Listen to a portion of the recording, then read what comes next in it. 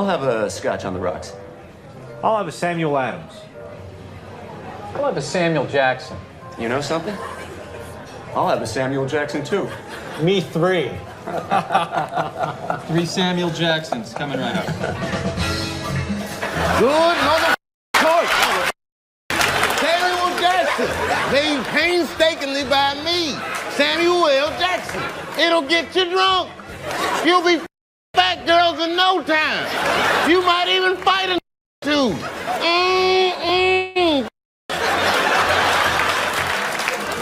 How's it taste, mother?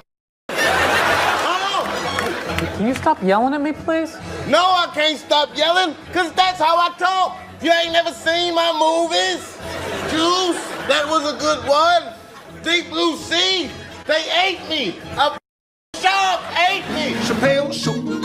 Chappelle Show. Chappelle Show. You're talking to the Rolex. Diamond ring. Hit stealing. Wheeler dealing. Limousine right. Bottles and bitches, believe me back in business. And the shit I be smoking is highly recommended. This all of my niggas pushing the limit. Mile high got me over here in the flight. Been around the mission to knock the pillars of this industry on their ass.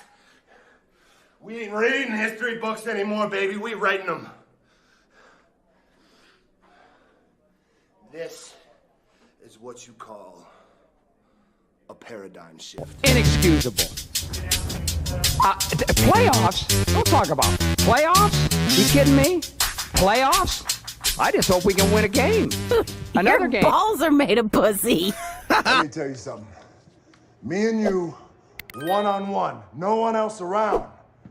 I will beat your ass like a Cherokee drum. And if you don't,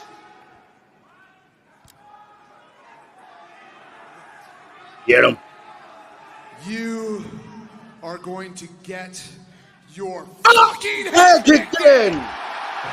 Ladies and gentlemen, this is the main event of the evening. And now, it's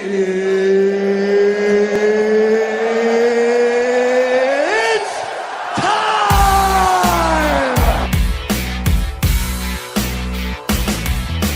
You ain't never seen a soldier like me. 1, 2, 3, I'm a vigilante. 4, 5, 6, kiss that ass goodbye. When I pull the gun, then somebody gotta die. 7, 8, 9, I send you to hell. Body in the trunk, they can't stand the smell. You ain't never seen a soldier like me. Legendary, I'm a vigilante. Wanna ball, wanna shoot threes with the rock. Wanna build like I'm Jay-Z with the rock. But I'm in the courtroom with some weed in my sock. Cause I got caught trying to bust a scheme with the thought. Judge saying it's a lesson that I need to be taught. Time is what a nigga really need on the clock. Not Nicky M, but I bees on the block. No, I'm at the bottom, so a nigga fiend for the top. Non-stop, goddamn, what's with the rollout? What's with the hold up? Give me some more weed, I need to roll up. I wanna go hard, but they tell me slow up. Fuck Tuesday, every night I'm trying to go up. Show up and got the bitches like, yeah. It's because a nigga got size. I would cover if I ever take a loss. I'ma get it, it don't matter what it costs. Yeah. I'ma put your lights out. We can do this right now.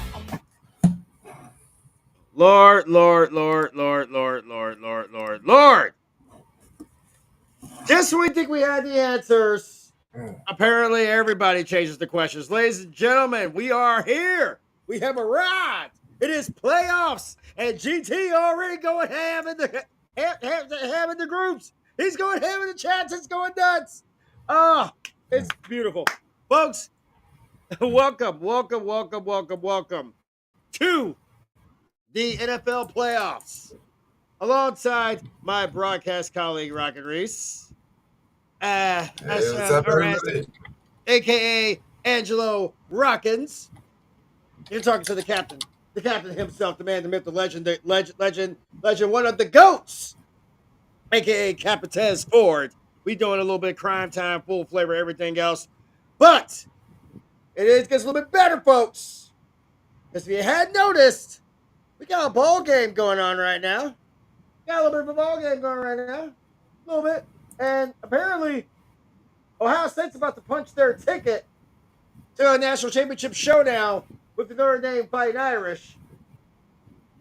And to put it as nicely as possible, Texas Presley just. I'm sorry, Reese. I want to make this clear. Texas blew this game. There's no nice way to put it. No nice way to put it. Practically, ironically enough, Texas loses this game in this stadium that usually has another Texas team in it. And that's the thing that gets it the most. That's the biggest thing. So as the clock winds down here, final score on this game will be Ohio State 28, Texas 14. Ohio State heads to the national championship game to take on the Notre Dame Fighting Irish, who did upset. Yeah, you call it what you want. Who upset Penn State last night.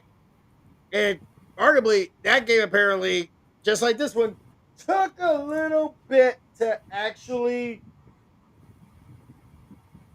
create something. But that's neither here nor there. And as I said, Reese, well, I told you to call. I am kind of bummed though, because I have GT here, and GT actually came in, popped into the comments, and has been going ham nonstop, like the whole time, and I love it. I'm all here for it. However, we're not talking about Ohio State tonight. Although big congrats goes out to the Ohio State Buckeyes, who now will go to the national championship to face the Notre Dame Fighting Irish. And can somebody please get Ryan Day to shave whatever the hell this is off? This makes him look so much hell in between this or the makeup. But nah, it ain't working, Ryan. No, we ain't getting it. We ain't getting it. But it gets. Oh Lord, Reese, you look a little down the dumps. Yeah. What's eating you there, Gilbert Grape? I like that one. By the way, underrated movie, by the way. Now, because now I am going to have to hear Brandon and Booker's fades for the next 11. Wait. Wait. Look at it this way. Yeah. If you're upset about the fact of them being in it, I want you to think about it like this. They're the national championship. Your team's in the NFL playoffs. The Bears are in the basement where they belong. That's true. I mean, but there's no nice it's got that one. Yeah, but you know what though? That is a silver lining. So, and here's the other silver lining on it, however, because the Eagles won't be alone. As you can tell, I'm donned out. I got my coupon, and that's actually a little bit of ironic. I got my coupon. Yeah. And on top of that, but he didn't use a coupon. Yeah. In fairness, you say I kind of did, but I ain't gonna go there. But I will say this much. about it. These are different NFL playoffs. It's the one thing we're getting to realize, even after the aftermath that we had. After the aftermath we had on week 18, we now get to confirm that we have no Patriots, no Niners. So we'll have a new NFC champion. And just because, well, we have to, and because I like it, we have no Cowboys. In fact, ironically enough, for all the Cowboys fans out there, keep this in mind. This is happening in Yow House. Another team just beat Victimized and Conquered Yao Horns in Yao Stadium. Make that make sense. And just when they thought that they were going to have an option to actually possibly make this a ball game again, Wynn throws another pick. And I believe, GT, I believe you called that. You called that during last night's Anarchy. So to put it as nicely as I can, this kid is going in the first round of the NFL draft if he decides he wants to go to the NFL. Sawyer, this kid Sawyer is definitely go be that kind of kid, and I'm gonna actually give him exactly what he deserves because he played like a madman last night. Made sure. Look at that. I like that. Let's get this man exactly what he deserves.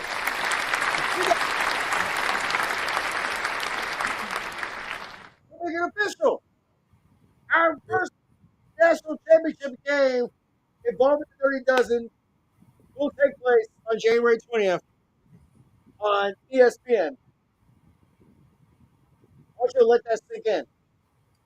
This is the shocker right here. Tide Classic at AT&T Stadium. You got home field advantage, and yet you lose? And surprise, a Texas team losing to Jerry World. I wasn't going to say it, but thank you, Reese, for sitting here saying that one, folks. Oh, God. This is why we're the way we are, folks. And I'm gonna be as realistic as possible.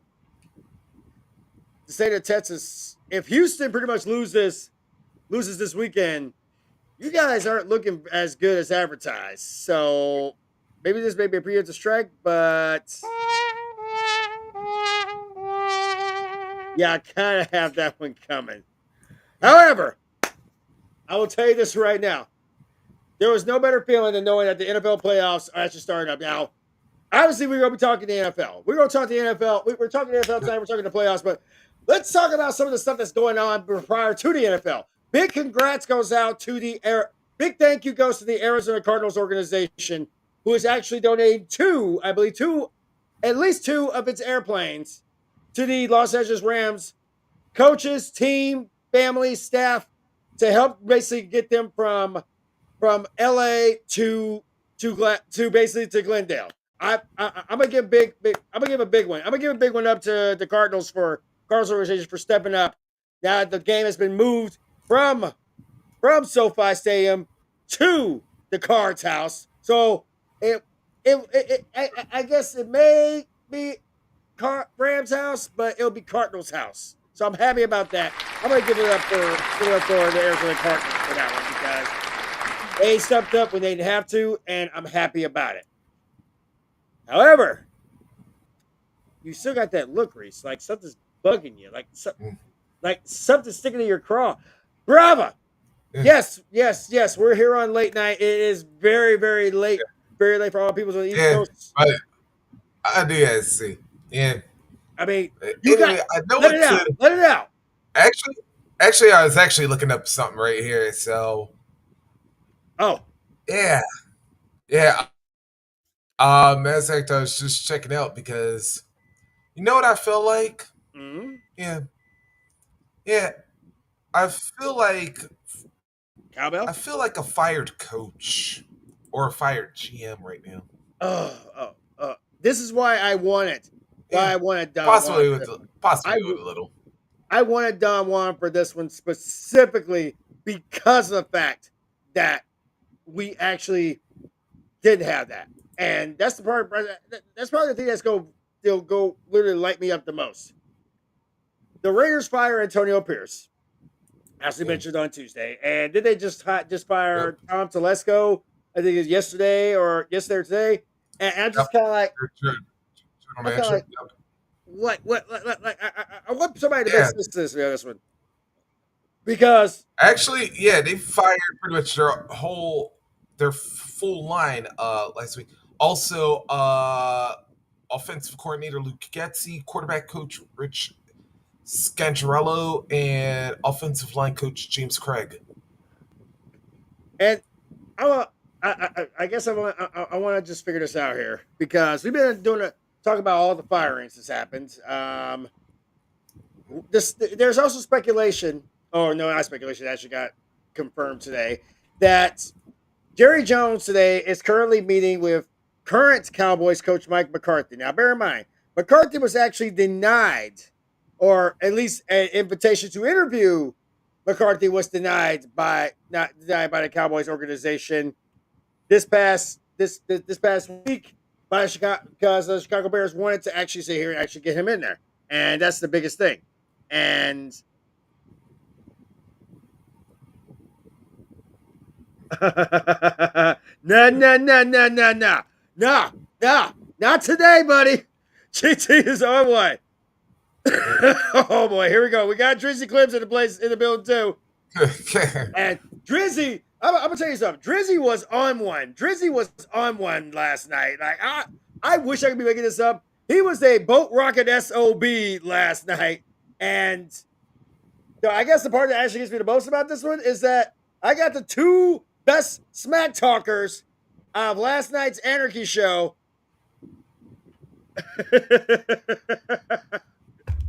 Well, we got the two best trash talkers from last night's show actually sitting here popping in on this one. I was expecting, the big Texas fans to come in for this one, but apparently, Reese, is there like a phrase we have for basically those guys? Maybe I'm just losing it. I'm not sure. There's like a phrase for it to go with it, and I'm gonna be as blunt as I can. I am actually liking what I'm seeing, and I guess in some fairness, this had to happen, right? I mean, let's see. Big giant winter storm that hits the Midwest. That's our rendition. That's the best rendition of Hell Frozen Over that you can ask for. And yeah, we are gonna do a little college for all this because we pretty much have to. This is pretty much Hell Frozen Over because Oregon wasn't there. Oregon loses, and really, you saw this. He's on my neck of the woods. This is in my neck of the woods. He's in the Pacific time. He's a Niners fan. I'm not gonna talk that talk until after Monday. Until after Monday hits and we're pretty much done with it. However, oh boy, like I said, this thing's gonna go crazy on this one. We do got playoffs to talk about. I believe there's still speculation as far as whether the New York Jobbers are going to be relevant or not this season. And I only say that just because of the fact that, let me put this nicely. It's the New York Jobbers. It's the New York Jobbers. It's the nicest way I can honestly put it. But apparently they are going to basically sit here and have them play ball. And here they go. I told you. This is basically, you had, you were mad about Brandon and Scooty and them sitting here doing their talking, doing their smack talk. Well, this is Brandon and Scooty, but it's pretty damn close, and they're pretty damn good at it. And I like these guys for it, without question. We don't get go into it. That's the final game we get to talk about, actually. Yes, we do. Yes, we got a lot of good games to go through. So, I guess the best way we could put this is, where would we like to start? Oh, let's go with the one that's coming up the most. Yeah, with tomorrow afternoon, excuse me. Yep. 4:30 Eastern, 1:30 Pacific, live on CBS, Paramount Plus, and Nickelodeon. We got the AFC South champion Houston Texans hosting the Los Angeles Chargers. Let's put this as nice as I can. Now, I've been built up on the Chargers for a good hot minute. This is not because of the fact that I'm a fan of the Rams. I can honestly tell you right now that I wasn't a big fan of the Chargers, but I'm a big fan of Jim Harbaugh. I'm a big fan of Jim Harbaugh.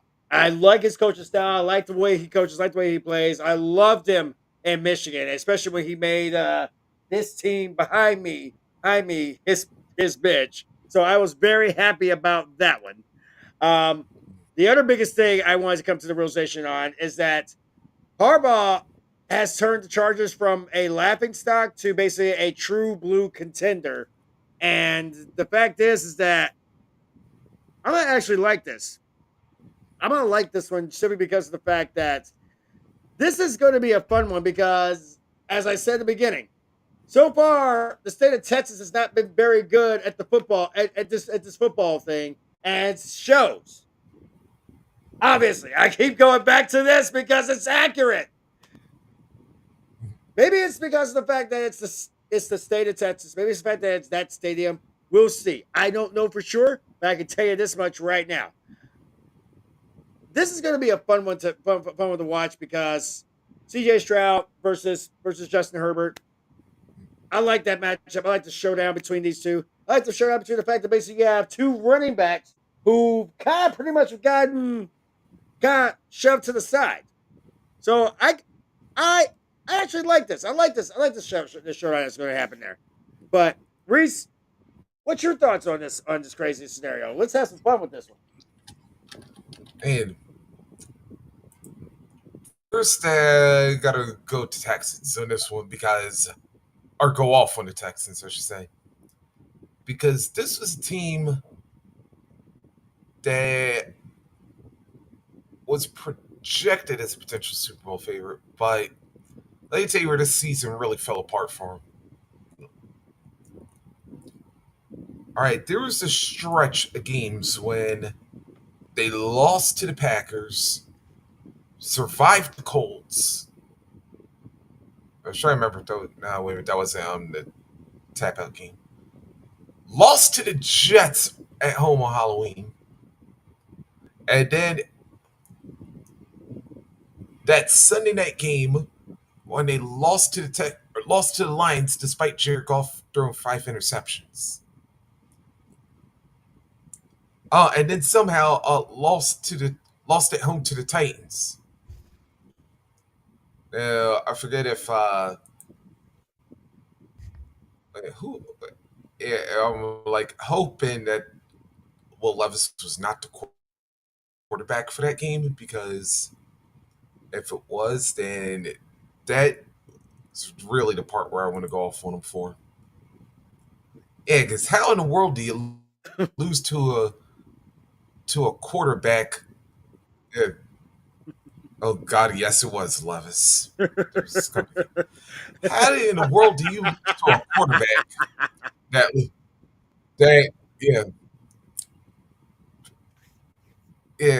that drinks coffee with mayonnaise?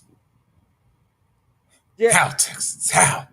I guess in fairness, it has to come down to the point. Maybe that's the superpower. The biggest problem I have with the Texans in this one is, and I think I mentioned this one on Tuesday's episode of the Aftermath. How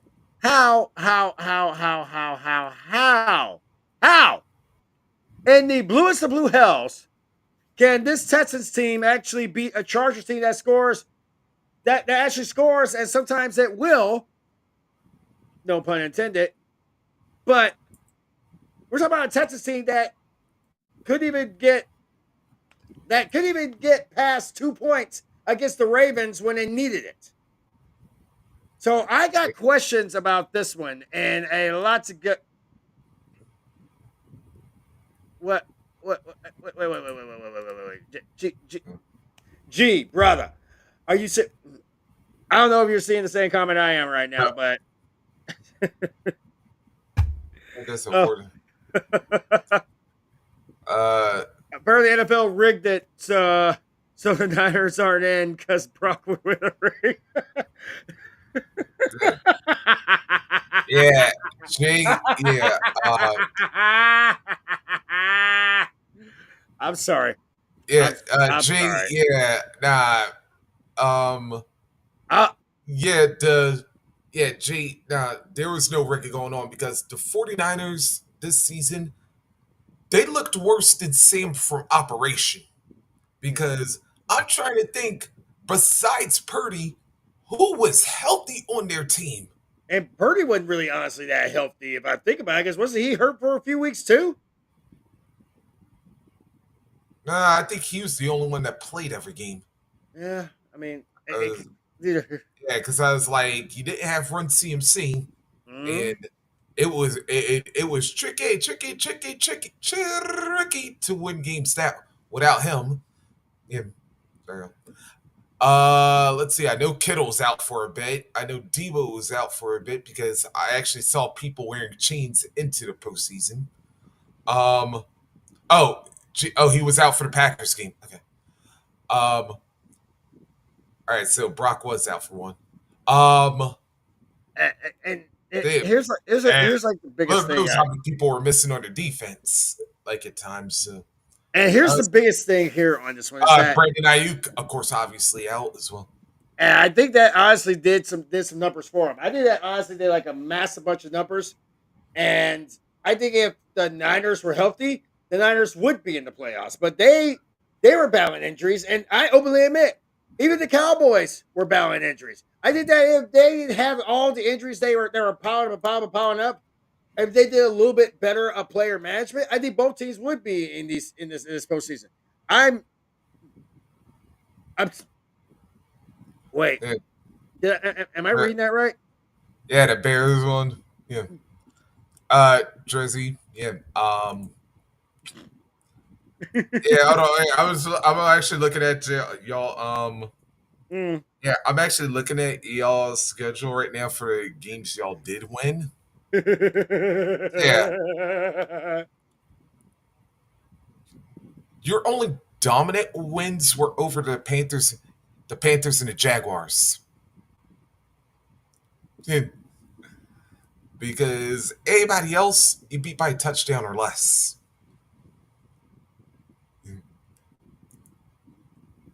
All I do gotta say this though, like from that Commanders game on, I don't know what the hell happened after that play, but I was like, the Bears couldn't buy a win to save their life until, ironically enough, when they finally snapped their losing streak at Lambeau. And I was like, don't get it twisted. There were some games that they clearly should have won. Obviously, the Commanders game being won until that Hail Mary. The Packers game until the blocked field goal up Soldier. And on top of that one, I mean, yes, let's be real. Yeah, the Bears. Hell, you know what? Should I just play them? Should I just play them? Yeah. You know what? Yeah. I got him. I got you. I know who he's pretty much wanting to hear because he hears it from me all the time. I didn't get that. I'm gonna sit here and I'm gonna go ahead and pop him in here real quick, and we'll let an old friend, a great old friend, sit here and actually tell us exactly who they were. What we thought they were. We played them in preseason. Who the hell takes a third game in the preseason like it's bull? We played them in the third game. Everybody played 3 quarters. The Bears are who we thought they were. And that's why we took the damn field. Now, if you want to crown them, then crown their ass. But they are who we thought they were. And we let them off the hook. I mean, he ain't lying. I'll be honest with that. He ain't lying. However, I'm a backpack a little bit here. I'm gonna be realistic here. What the hell? How did the Rams cheat? They mean to tell me that if the Rams cheated, they'd be undefeated all season long. That's just, you know what? I'm actually go do one a little bit better here. I wish I had some popcorn for this one. I'm gonna bring in some fresh talent in this one. Annie, I'm gonna let you handle them.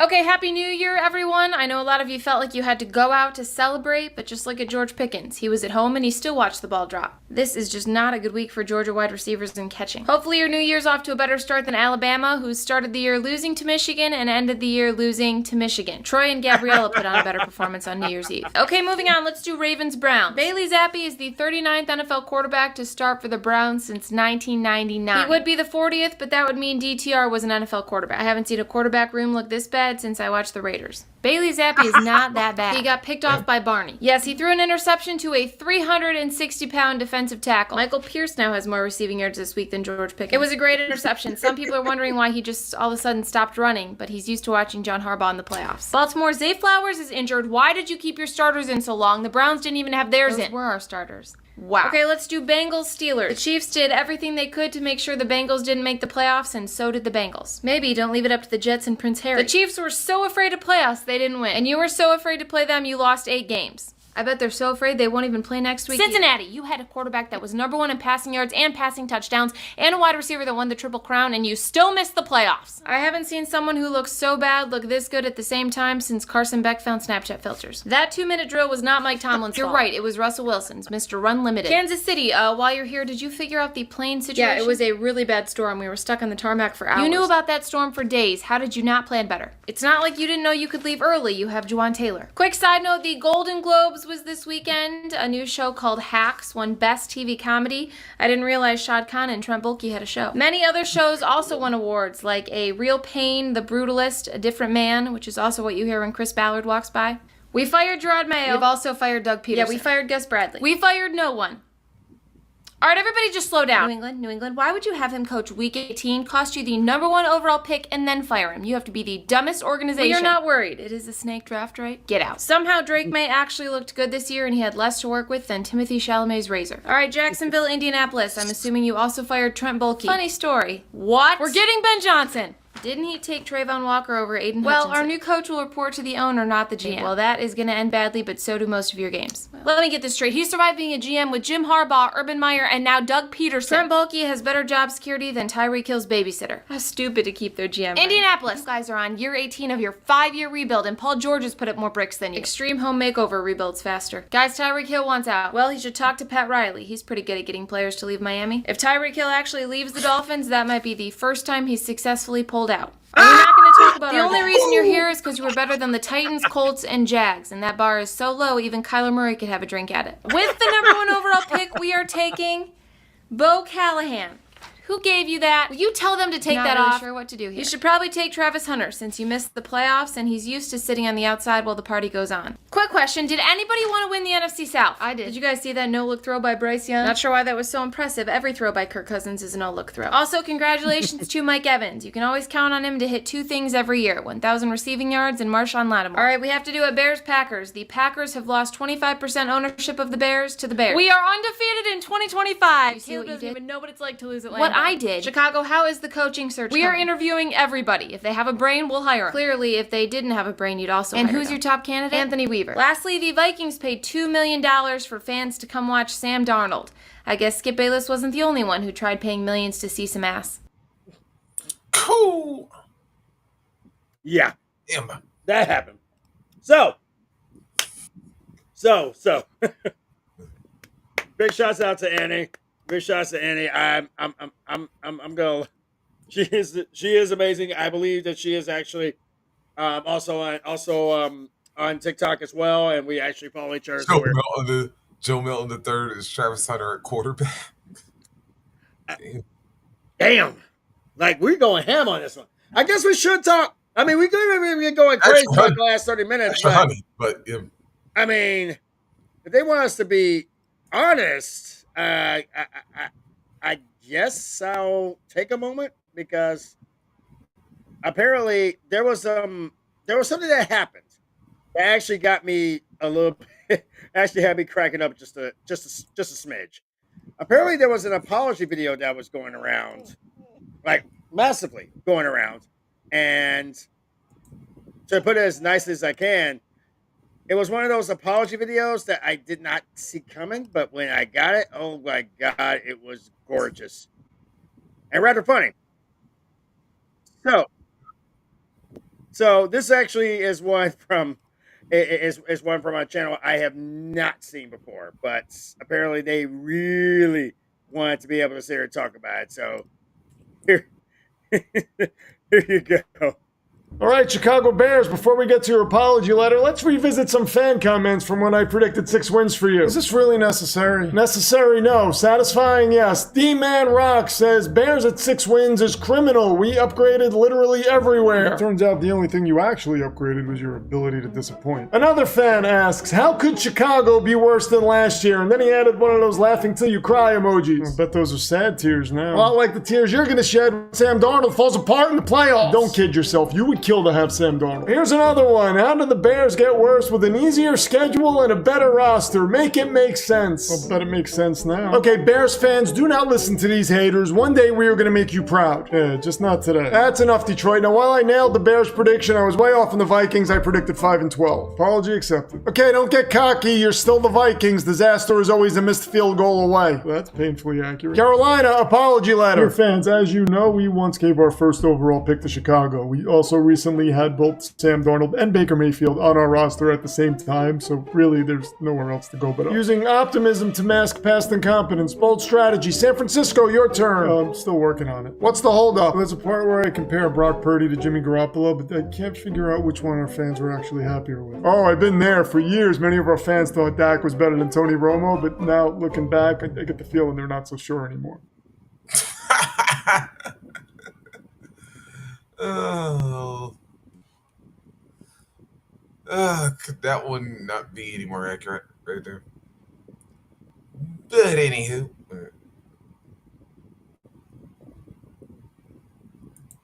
Alright. Anyway, while the captain's on a break right now. Yeah. Alright, it's just queuing up something real quick. Alright, there it is. Oh! Wait a minute. Scooter! Welcome to the NFC East meeting. Week 18. I'm so glad that's over. Me and you both. I would feel like that too if I had to play us the last game of the season. Commies, you need to relax. You barely won the game and Jaden Daniels looked heavily made. You can say that again. Hey Slim, you need to worry about Jalen Hurts. Has he even passed concussion protocol yet? He participated in the walkthrough. He'll be fine. I hope our guy's available at the 3rd overall pick. We got the 12th overall pick. We could have had the 11th if the 49ers won their game. I hate the 49ers. Me too. Me too. I heavily dislike them as well. Is that the first thing we've all agreed on all season? No, we all agreed you're delusional. Yeah, but I didn't agree to that, which is why you're delusional. I just want to apologize for my crash out last week. I was very emotional. Hey, Slim, you don't even gotta apologize for last week. We understand. I'm just glad the Patriots are even dumber than we are.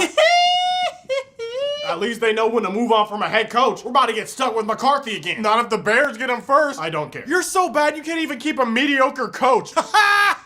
Takes one to know one. You realize Nick Sirianni has the #1 overall winning percentage of any coach right now? You realize he has 0 aura. It's actually negative. Keep hating. We thrive off negativity. Since it's the end of the season, I thought we could do end of the season superlatives. Nah, what if we do end of the season awards instead? It's the same thing. No, it's not. Whatever, I'll start. Most obnoxious fan base goes to the Eagles. Nah, you need to give that to yourself. I don't know. It could go either way. Nah, I'm going Eagles. All right.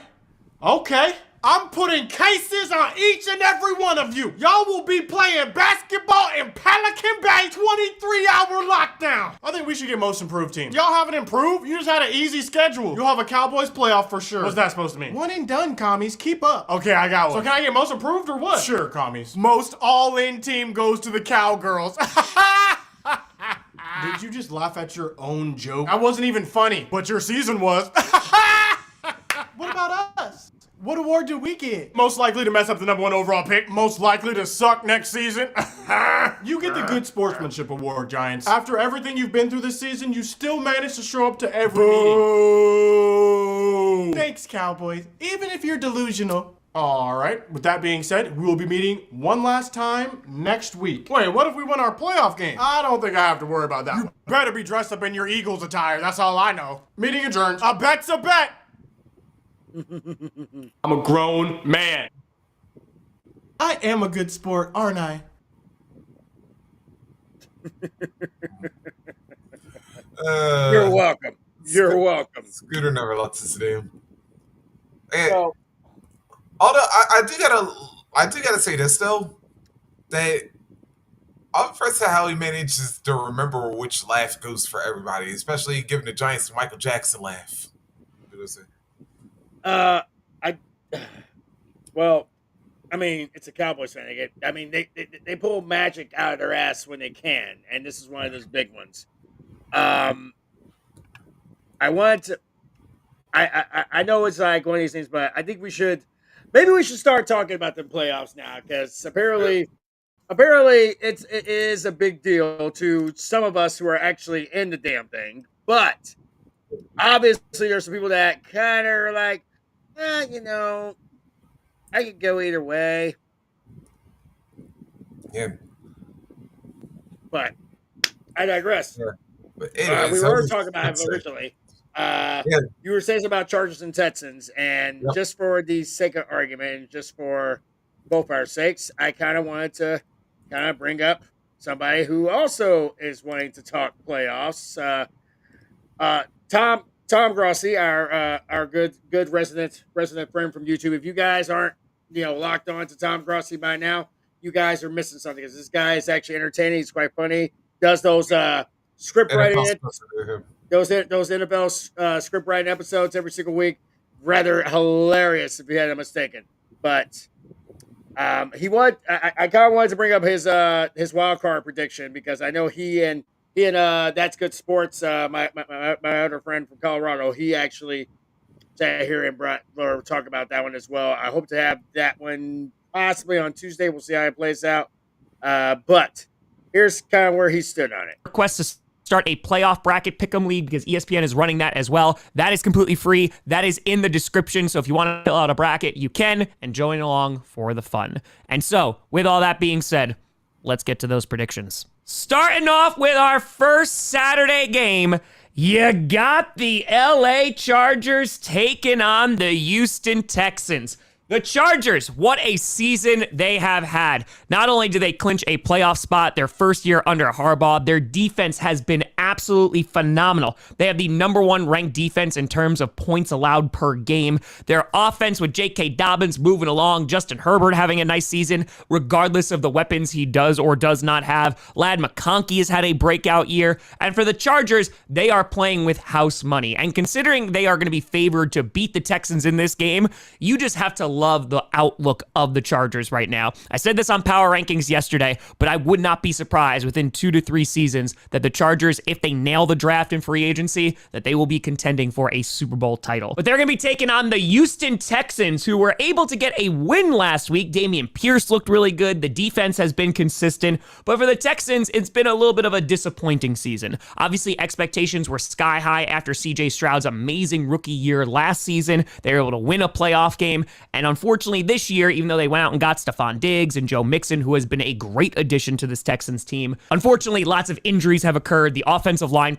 play has not been good. Bobby Slowick is getting head coaching opportunities, which I think a lot of Texans fans were like, go, Bobby. No, it's okay. Yep, okay, goodbye now. I don't think they would mind that whatsoever. And while the Texans were able to win the AFC South once again, it just feels like there's not a ton of momentum behind this Houston team. And I know that offense definitely can be firing on all cylinders, but it just seems like with their current personnel and everybody who's healthy, it is going to be tough. And I think it's going to be a tough matchup going up against the Chargers because, as I mentioned before, it is all about that defense. And while the Texans defense hasn't been too bad at all this year, as they are ranked the 11th best rushing defense and the 6th best passing defense in the NFL, they are going to have their hands full trying to move the ball against this Chargers defense. Like I mentioned before, they are the best in the NFL in terms of points per game allowed. And so if the Chargers are able to establish that run game with J.K. Dobbins back, which thank God for LA, he is back, the Chargers, they should be feeling pretty good about this game.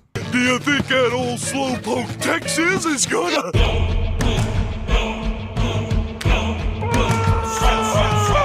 Though you can never count out the Strouds. But ultimately, I am going to pick the Chargers to get this win here. I think it's very possible for the Texans to get a victory, but I just think that O-line play is suspect, the play calling is suspect, and that offense just hasn't been as consistent as I would have liked to have seen them this entire season. And so because of that, I'm going with the Chargers to get a win, and who knows, they might be playing the Chiefs next if the Broncos lose to the Bills, and that would be a very interesting game. I suppose, Tom, normally I love you on this one. But I gotta call something you said in that entire thing. Did you just say that Texas defense was consistent throughout the season? Yeah. Tom, did you? I know you're chilling with the family, and there's nothing wrong with that. But did you watch Christmas Day?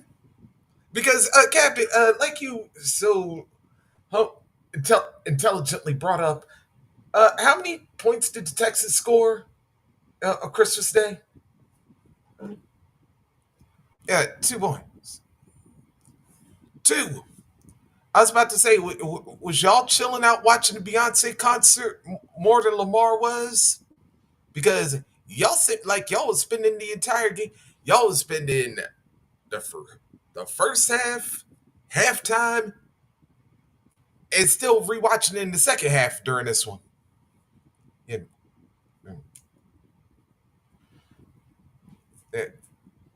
Yeah. Gap, can't hear you. We try. They are literally sitting here putting it to that point of where they're trying to try that Houston Freaknik thing out. That's what they're trying to do. That's what they pretty much is. They're trying to. They saw how successful it was in Atlanta, so they wanted to sit here and see if they could try to get that spinning and going. Everything else in Houston. Now they don't need it because I myself have been to Houston. And I would choose Houston over Austin any day of the week, only because of the fact that at least I know in Houston the girls are legal, while in Austin they could be college age, and I'm not at college age anymore. But I will say this much though: I like the Chargers winning this thing because the Chargers have been the ones that have kind of limped into this thing, but they managed to get the players back that they needed to go. They needed to get back when they needed to, and I just feel like. We're going to find out exactly if Stephon Diggs was actually the issue when it comes to the receiving core in Buffalo, because Stephon Diggs he didn't want to play with Josh anymore. There are people that were speculating between who was actually the reason behind the divorce between Josh Allen and Stephon Diggs. Now we get to find this out in leaps and bounds. And in fairness, the Texans had the most pressure because. If you ain't noticing by now, the state of Texas is on life support in their football string of things. And I'm sorry, Stone Cold. Don't get me wrong. I would be about that life, but not even the state of Texas is honestly about that life. I mean, to the point Ohio against the world. Nobody even knows where Ohio is on a map. I'm sorry. I digress. And that's even counting people living in Ohio, but that's another story another time. But anyway, yeah. Oh, yeah. What? Wait. Rigged? 2 points. 2 points. 2. That final score was 2. How? Where's the rig? Where is the rig? That GT was on all day with this one, but I gotta call that one because that's about sounding like, that's like sounding like Micah trying to say, well, if you remove the scoreboard from me and take away them 5 plays, our game was closer than it appeared. I will touch base on the Micah thing before we leave the air tonight, just to kind of just be able to go with it. But I know Grossi had his second game, so I'm gonna let him take center stage. Oh wait, no, who are you taking this one there, Reese? Oh, yeah, this one, I'm kind of feeling with the Chargers too, because right now, like I said, Texans defense has not been as consistent as Tom alleged. And I'm like, Chargers, even though y'all the road team on this one, this been y'all first time in the playoffs in a while, y'all find some way to lose. And with all due respect to CJ Stroud and the crew, I was like, got no Nico Collins. Steph might be back, but we don't know how healthy he is. Mixon's back, I don't know how healthy he is. Y'all lose this game. I was about to say, y'all gonna make every person in LA wish y'all thinking that, man, what were y'all wearing y'all San Diego? Were you wearing your San Diego jerseys during this game? You saw what just happened to the Titans when they were wearing them damn Oilers jerseys last week. Whoa. Now, in defense of the Chargers versus the Titans, the Chargers second string can beat the Titans right about now. These guys, again, drafted the guy who puts mayo in his coffee. I will never get over the Titans for drafting that clown. I'm just putting it out there. But I digress. Tom, let's go to the next game. Following that, you got the Pittsburgh Steelers taking on the Baltimore Ravens.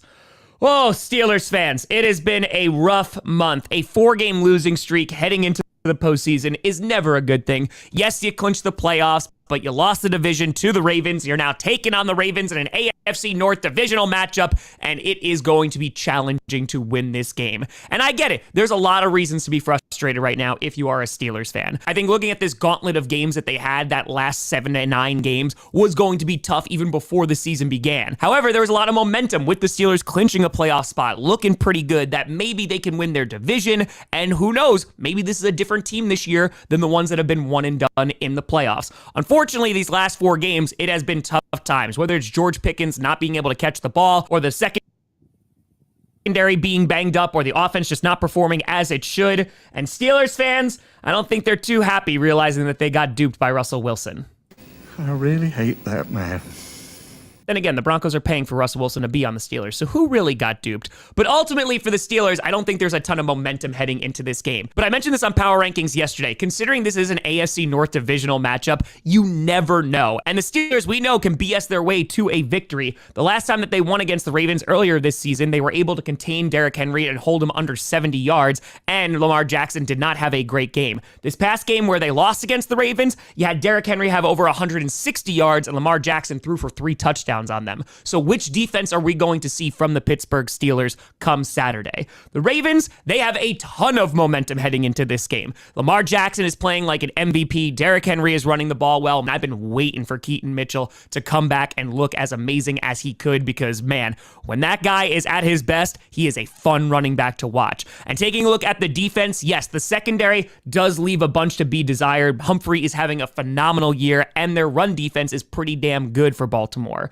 And ultimately, this is the Ravens' game to lose. I think there will be some trepidation and fear on behalf of some Ravens fans because, again, it's a division rival, and it is the Steelers who have had their number up until the Ravens just won their last matchup. And so, all that being said, I am going to pick the Ravens to get the win here. I would not be surprised if this was a close game and came down to some BS. And who knows, maybe it's going to come down to Justin Tucker versus Boswell, which would be real interesting. But ultimately, I think Baltimore gets it done. They're peaking right now as they head into the postseason. Now, they just got to take care of the Steelers.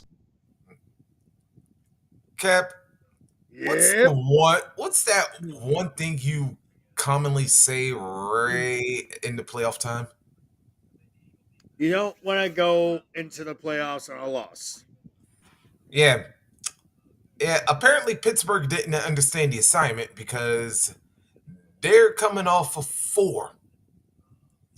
And meanwhile, the Ravens, on the other hand, they are coming in on ironically enough, a 4-game winning streak. Here's my problem with this one, though. Because Tom may have just opened up a can of worms with sitting here assuming that it would be the infamous that Brad Pelisayer said that it's Russell Wilson's fault that the Steelers suck.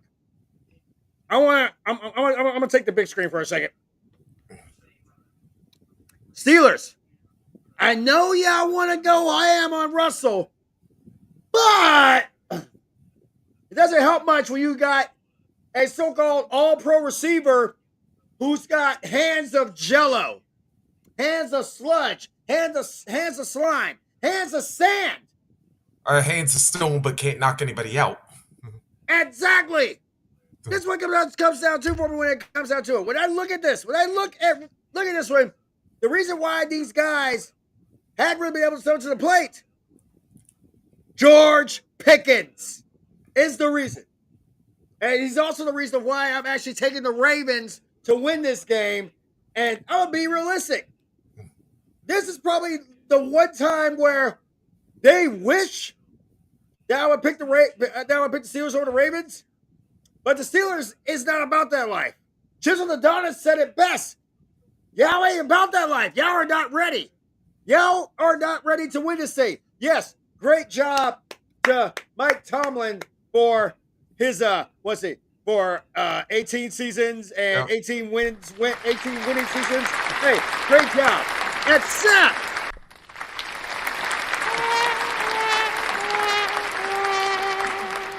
we gotta throw the trumpet in there. Have to. Because let's be realistic. Tomlin, you may have won a lot, but what exactly have you done? That's what's gonna always boil down to when you look at the possibility of the Steelers. The Steelers have as much of a chance. How about as much of a chance of actually winning this game against the Ravens, against the most likely proverbial MVP, and we go in on that one as well. And of course, the God of the ground. Oh, Henry. You got much of a chance of beating these two guys as Kyle Shanahan has of saving his job.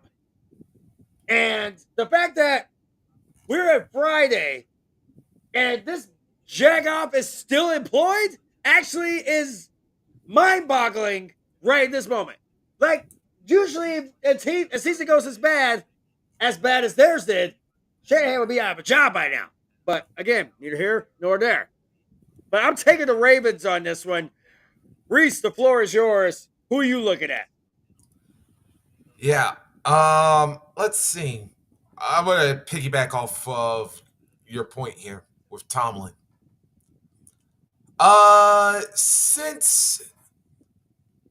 Ironically enough, a game that y'all had very similar against the Kansas City Chiefs back 8 years ago. Or actually, maybe it's 7 years ago. No, it was 8 years ago. Yeah, remember how in the game that they had in Pittsburgh that Boswell had to kick 6 field goals and they defeated the Ravens 18-16? Yep. Yeah. That was the last time they won a playoff game, was that game at Arrowhead when Boswell kicked 6 field goals and beat the Chiefs 18-16. Since then, y'all have, and then of course wound up losing the AFC Championship game to the Patriots, who I believe eventually won said Super Bowl. But let's do a review. Since that season, you've been to the playoffs 1, 2, 3, 4. All right, so this will be the 5th time in 8 seasons. Previous 4 times, you were one and done in that game against the Jaguars at home that started as a blowout, but then somehow became a shootout after it looked like the Jaguars were going to blow them out again, and then the Steelers got their way back. Then,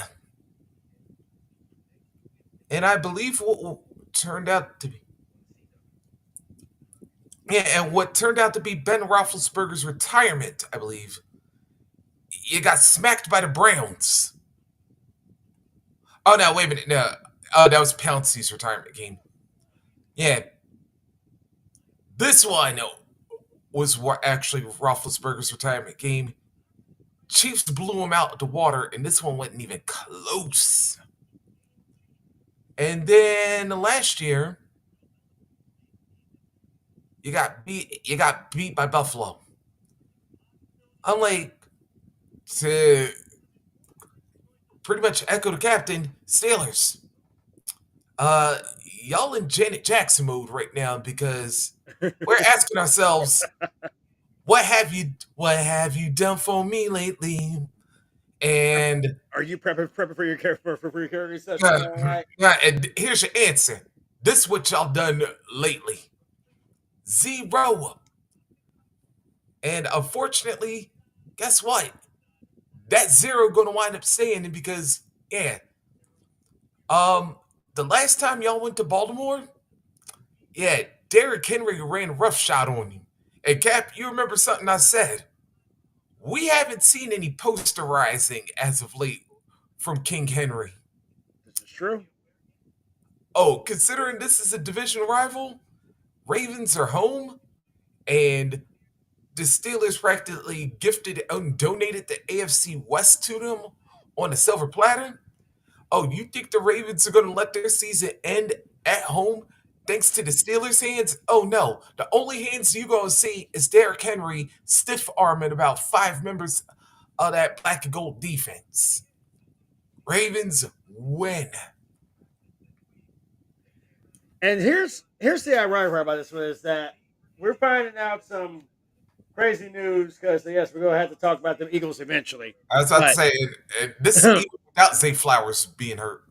And also Zay Flowers on top of it. So there's a lot like I said, there's a lot to go through and a short time to get there.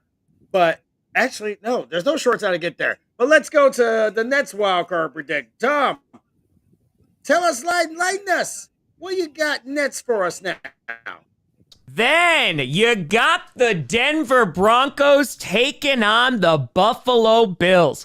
The Broncos, you done fracking did it. Only one of 2 teams to shut out a team this year. The other being the Green Bay Packers, but no one's comparing. But also getting the 7th seed. Brandon Perna is one happy son of a gun, and they beat the ever-living crap out of the Chiefs' backups.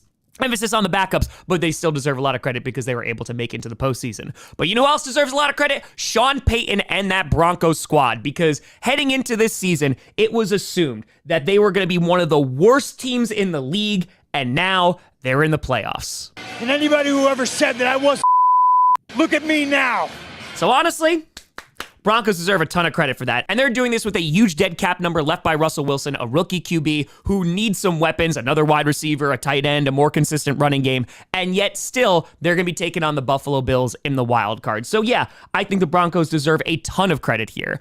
Looking at the Buffalo Bills, oh boy, what a year they have had as well. Talking about expectations, a lot of folks, including myself, thought that they were going to be in this rebuild, reload kind of year. A lot of people were looking at the Jets, including myself, going, oh, well, if you take out Zach Wilson and put Aaron Rodgers and the defense stays the same, they should win that division. Guess what? The defense didn't stay the same. Aaron Rodgers didn't have a great year, and ultimately the Jets sucked. And Bills fans are sitting there going, oh, did they? Shocker. So Bills fans, you deserve to gloat. And talking about the Buffalo Bills, good God, man, they are the 2nd best scoring offense in the league. They have a top 10 running unit. They have a top 10 passing unit. James Cook has had a phenomenal year. I love Ray Davis to death. And taking a look at the receivers that the Bills have, man, what Josh Allen has been able to do is really damn impressive, and that's why his name is being considered for MVP. And taking a look at this game, it's an interesting matchup. I think it's very easy to look at the Broncos and say they're going to be overmatched here. And in some categories, I completely agree. You look at the Bills having a top 10 running and passing game, and then you look at the Broncos, who do not have that on offense. However, they have a really good run defense. They have the 3rd best run defense in the league, and so if they're able to contain James Cook, they're going to have to rely on Josh Allen to beat them. The problem is, Josh Allen can definitely do that. With the 19th ranked pass defense of the Broncos, I think it's going to be tough to contain Josh Allen and stop whatever the hell he is trying to do, because as we know, Josh Allen has done amazing things this season. And ultimately, being played in Buffalo, I think this is going to be an uphill battle for the Broncos. I think this would be the biggest upset of the week if the Broncos were able to pull this off. And I think the only real shot that they're going to have is if Bo Nix throws the ball on this Bills secondary, which I think is going to be challenging because, again, I don't think that offense has really seen its full potential. They definitely need some more personnel. So ultimately, I am going to go with the Bills to get the big win at home. They will then host a divisional game next week against the potential fracking Ravens, which would be an absolute masterpiece. But Broncos, a huge congrats on your season. I don't think it will go any further, but hey, a lot of people didn't expect you to be here. So, you never know.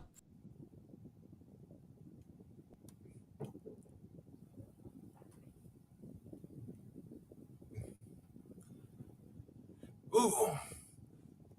I gotta say this one. This is where I really wish Don Juan was here right now because I know. I was like, I know. yeah, because I remembered before this season even got here. I remember how he talked about or especially like before the Raiders guy said, wait till the Broncos come up and play a real team. Yeah, and then yeah, remember that. But I gotta say, and I kind of made up a line a little like midway through the season. I was like, yeah, the AFC West is here in Bo knows, except this time, yeah, it's with the Orange Crush. Because yeah, Bo Nix has become a surprise and a revelation in his rookie year because we didn't always know what was going to happen with some rookie quarterbacks. Like some, all right, they'll look average. Some will exceed expectations. Some will meet them in a good way. Some will meet them in a bad way. True. Yeah, and Bo Nix was one of those ones who I say actually exceeded expectations because I think the bar was so low in Denver, as Tom mentioned, that yeah, we were just thinking we'll just get through this year and okay, the Russell thing didn't work out. But here's the problem, though, that yeah, the Broncos weren't content on just getting through this year. They were showing up, and at times they really showed out this year, and not just Bo Nix. Let me give a couple of other people up on this team. Sutton, Derek Rowe, yeah, Cortland Sutton, of course, was all there. Marvin Mims, who, by the way, even though they lost that game to Cincinnati, had one of the most sick, like clutch catches of the season. Let me go through defense up there. Pat Surtain having like another Pro Bowl caliber year. That's what I mean. And somebody who, although he didn't play a lot this year, that mother-loving Zach Wilson, who's probably glad he is out of the Jets. And damn, you know what I should have thought of? What? What? That one of these days we need a video of. Remember that? Remember Andrew?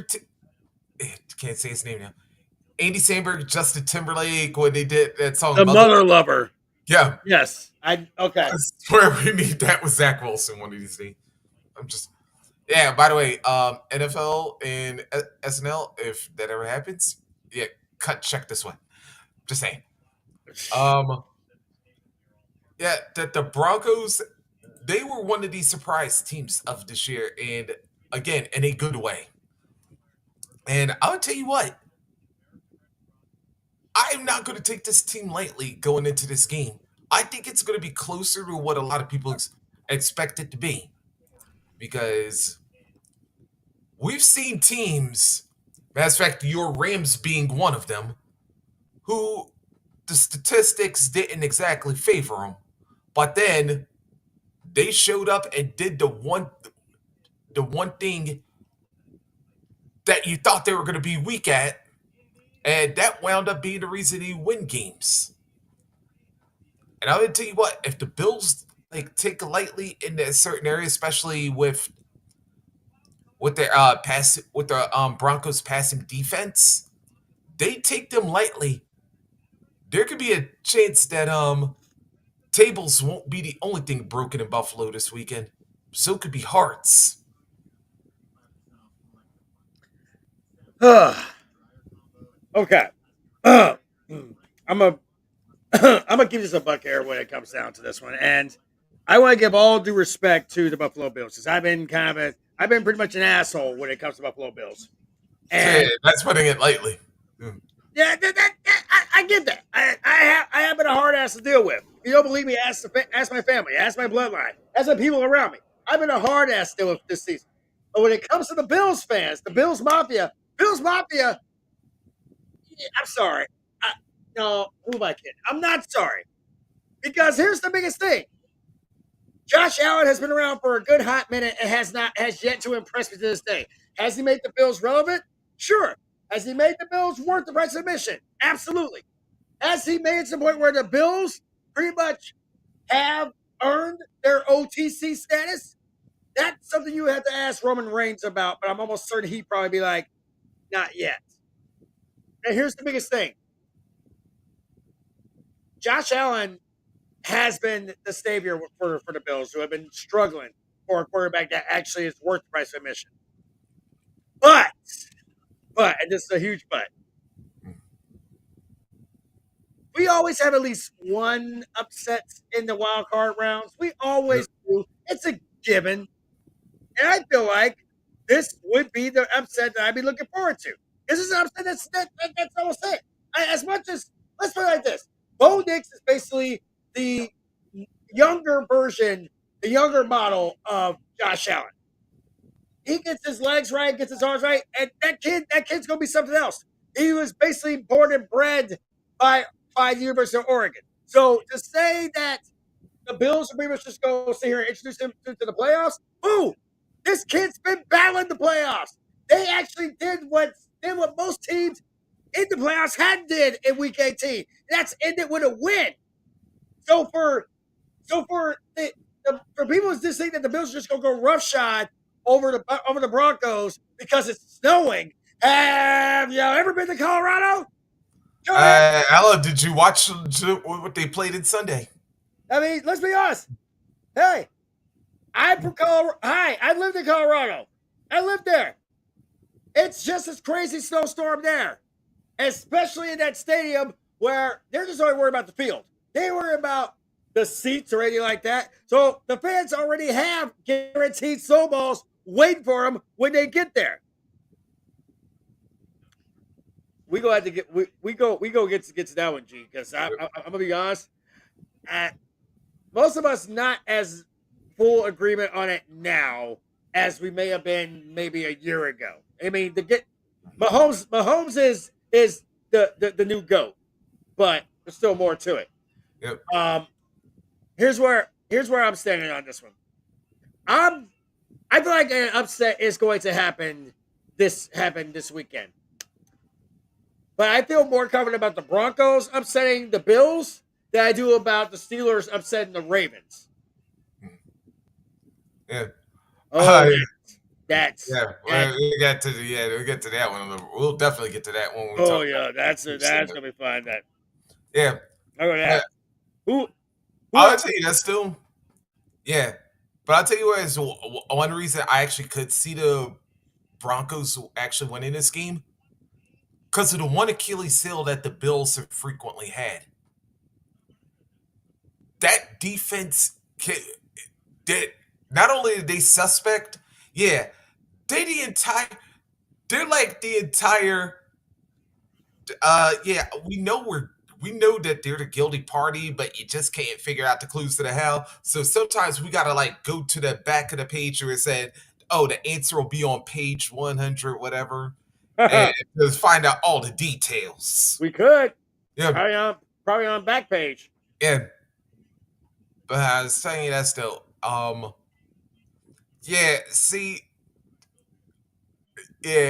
the Broncos, while they kind of got a mini intro to the playoffs the last couple weeks. This weekend they are going to have the real playoffs happen. And while, like I said, I think the game's going to be closer, but while I'm not seeing an upset in this game, I do see one happening Sunday, but we'll get to it a little bit later. And that being said, so are you going Broncos or Bills? Are you saying you're saying the Bills? Bills, but close. You get a request there, Angelo. Oh, right, yeah, Purdy jersey. Actually, you know what? I would rock if any Niner. If not Brock, I would probably rock. I would probably wear Kittle. Worst wide receiver in the West. Oh, no, I am curious. I am damn curious. Who you think is the best wide receiver in the NFC West? I am wanting to hear this one. And no, I'm not asking my son who's a Seahawks fan. I'm not asking him. I'm not asking even my other son who's a Raiders fan. Hell, I'm not even going to ask. I'm not going to ask their mothers. I'm asking. Yeah, I want this. What? Hold on. Who do you answer? No. Oh, Debo. No. Hang on. I'm taking a breather from that. Are you kidding me right now? No. Oh my God. What? He could do it all? For this season, I would say the only thing he didn't do was stay healthy, but other than that. The only thing he didn't do was actually catch when it mattered. Get in the end zone like he's used to. Let's be real here. I used to be afraid of Debo. Then I found out Debo was human. And that's the biggest. You know what? This is something we're going to have, this nice little chat, possibly at the Super Bowl, possibly at the Super Bowl pregame that we're going to try to set up. And I don't even care if I can get that day off or not. It's Super Bowl Sunday. I'm going to get that day off. And that's just I already got it off. So, but GT, I would say this. If I had to pick a worse, worse NFC, I can't. Yeah. I can't. Nah, you know what? This is gonna be. Go ahead. I'm sorry.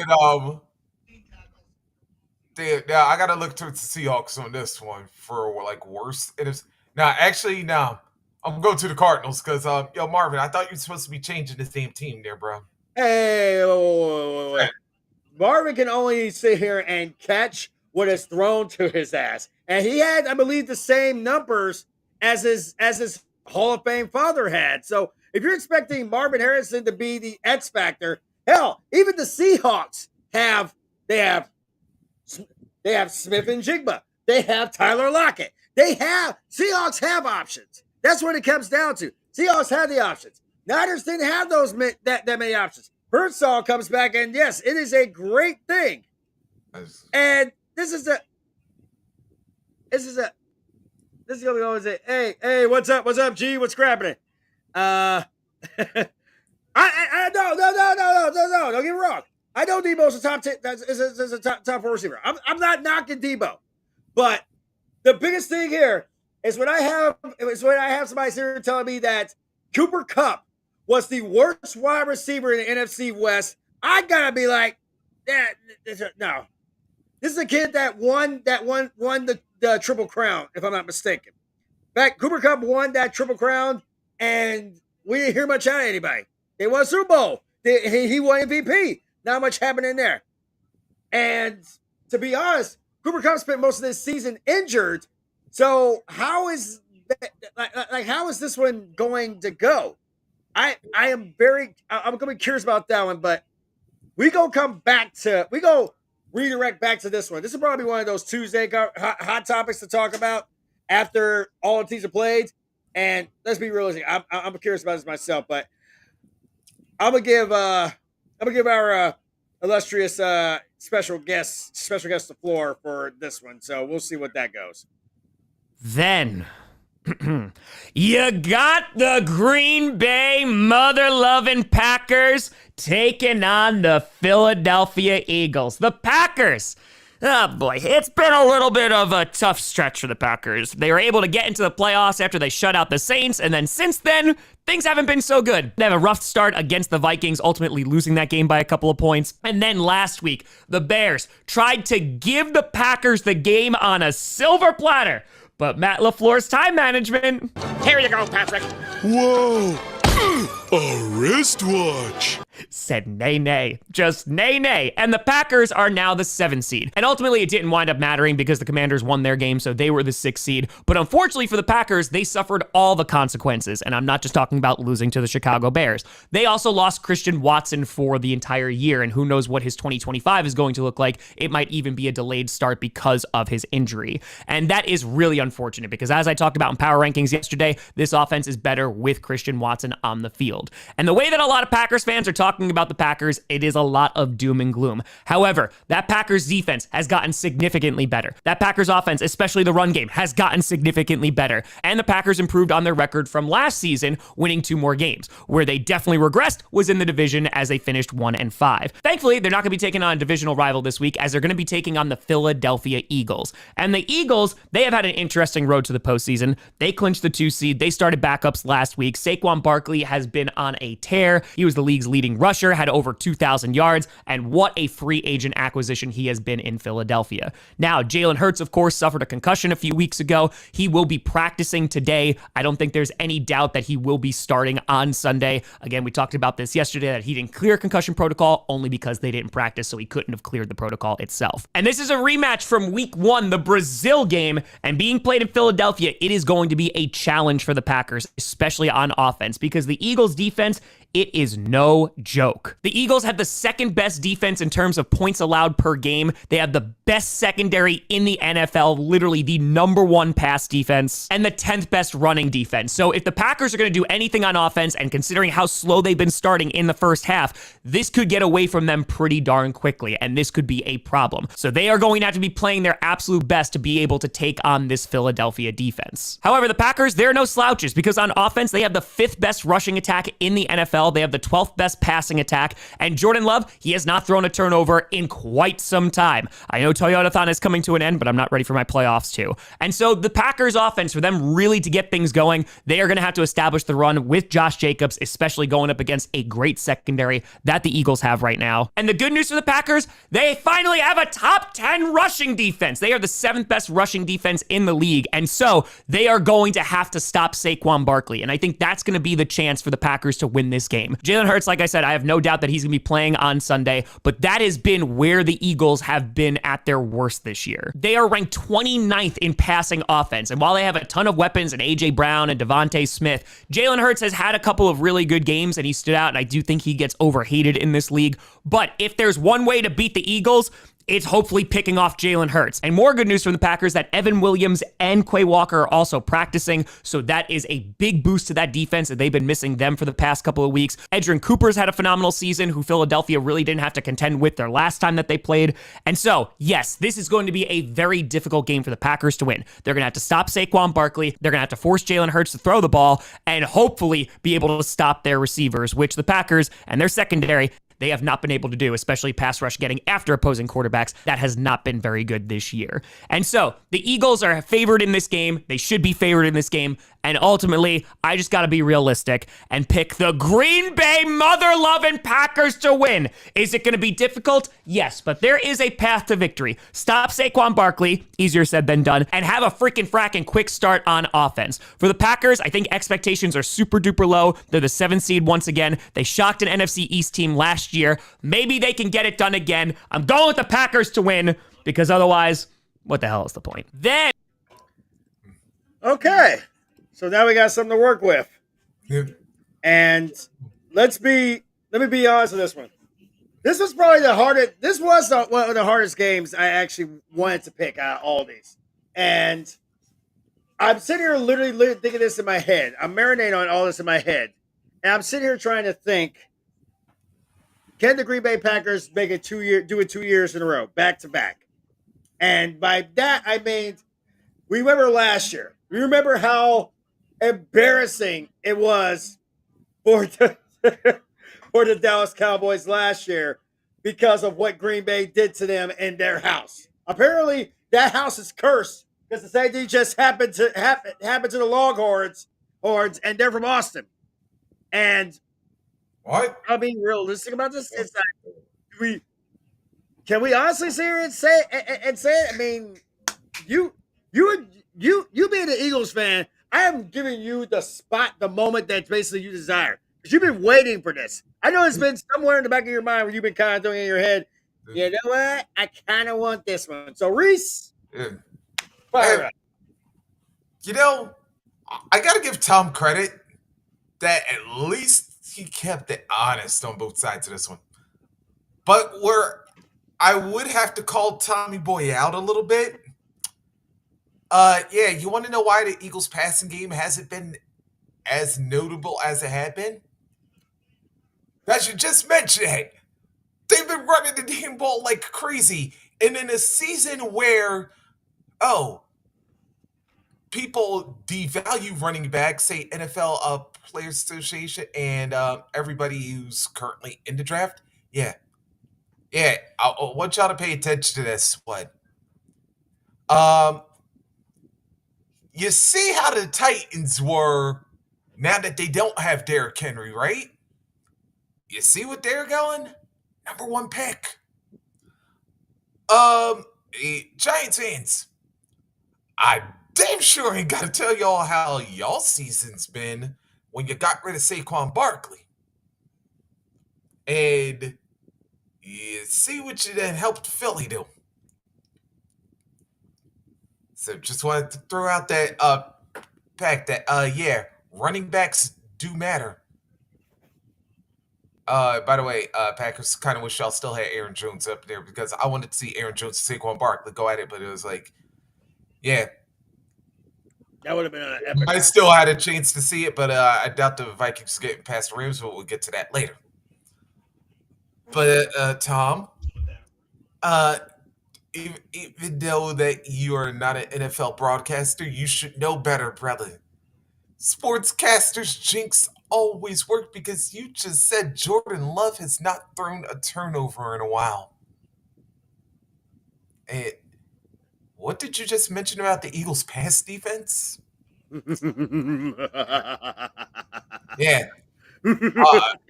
Now, granted,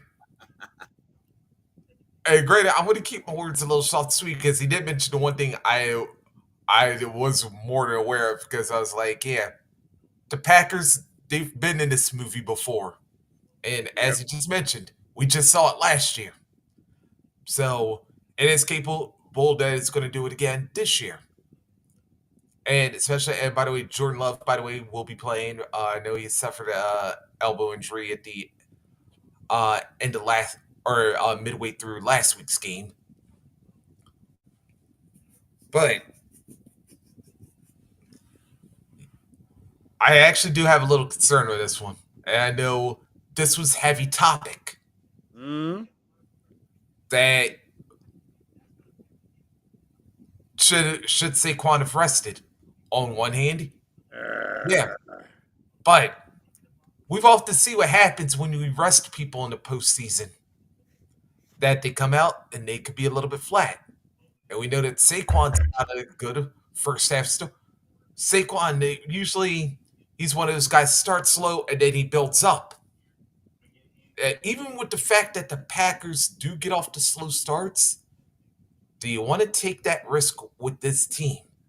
Because we saw how fast of a start they got off in that playoff game against Dallas last year. And you know what? If I'm Nick Sirianni, I don't take that chance 2 years in a row. I was like, if you want to start, you better make sure that offense is coming out hot. And that defense, make sure that the Packers get off to one of them slow starts and make sure that they don't get started at all. Because if they do, there could be a chance for another upset to happen. That being said, though, I think the Eagles are going to take this one because, Packers, unfortunately, they've been decimated. Like, where it matters most on both the offense and defensive side. And, while this one, I expect it to be a little bit closer, or as close as it was back in week 1. Here's the difference. Saquon Barkley ain't gonna be on a horrible field. With all due respect to my Brazilian brothers. But actually, I do have one request though. I do have one request for this game. Y'all remember that one fan that we had memes of, the one that had the Philadelphia cream cheese hat? Can we bring that brother to Philly this week? That's my only request I got. Can you bring him from Brazil all the way up to Philly? I don't even know if he was from Brazil, but if he was, bring him up. I'm just saying. Huh. So here's what it comes to for me. And don't you guys get the wrong impression. I'm sitting here having pizza and I don't want to spill anything on this thing. I hear y'all know. I'm going to be realistic here. I am still. There was a part of me that actually wanted the Packers to win this game because they feel like the Eagles robbed Saquon Barkley of a chance at immortality. Because even if they don't win a Super Bowl this year, it's going to come back to this moment. Now, I'm not saying that Saquon won't get a chance next year, but when you got it right there at your doorstep and you decide, you know what? Nah, I can't do it. Nah, I can't do it. It's like, no, not going to happen. But here's like the biggest thing. That's definitely a Rock saying right there, or that's more of a captain saying, but I'm going to be honest about that. Either way, it works for me. There's a part of me that's coming with this one because we have both starting quarterbacks. You know, as far as I've pretty much been told, Jalen Hurts is expected to play against the Packers. Jordan Love is expected to play against the Eagles. I think back to last year and how it literally nobody would have picked the Packers to beat the Cowboys in their house. A team that was undefeated, no less. Undefeated at home. And yet I could think of two people who picked them. Oh. Yep. Yeah, I could think of two people who made that prediction. Who? Let's see. 1, 2. That's right. I almost forgot.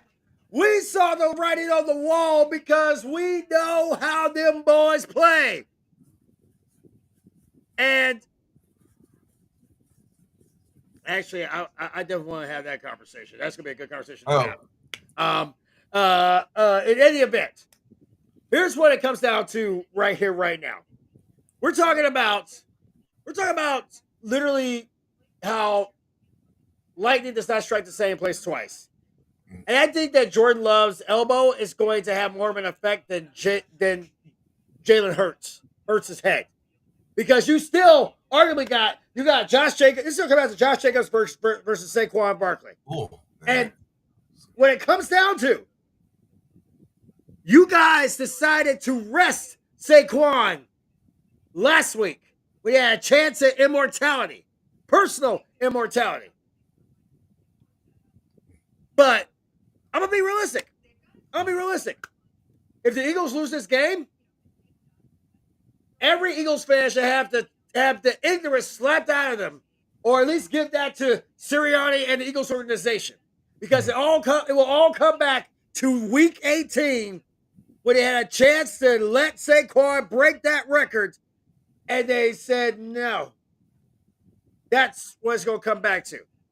As much as that, I'm sorry, but that's what it's going to be for me. I'm taking the Eagles to win this thing because it's in their house. I feel like their house is more dangerous than Dallas's house. But let's just keep it a buck. Expect a lot of that. Expect a lot of that.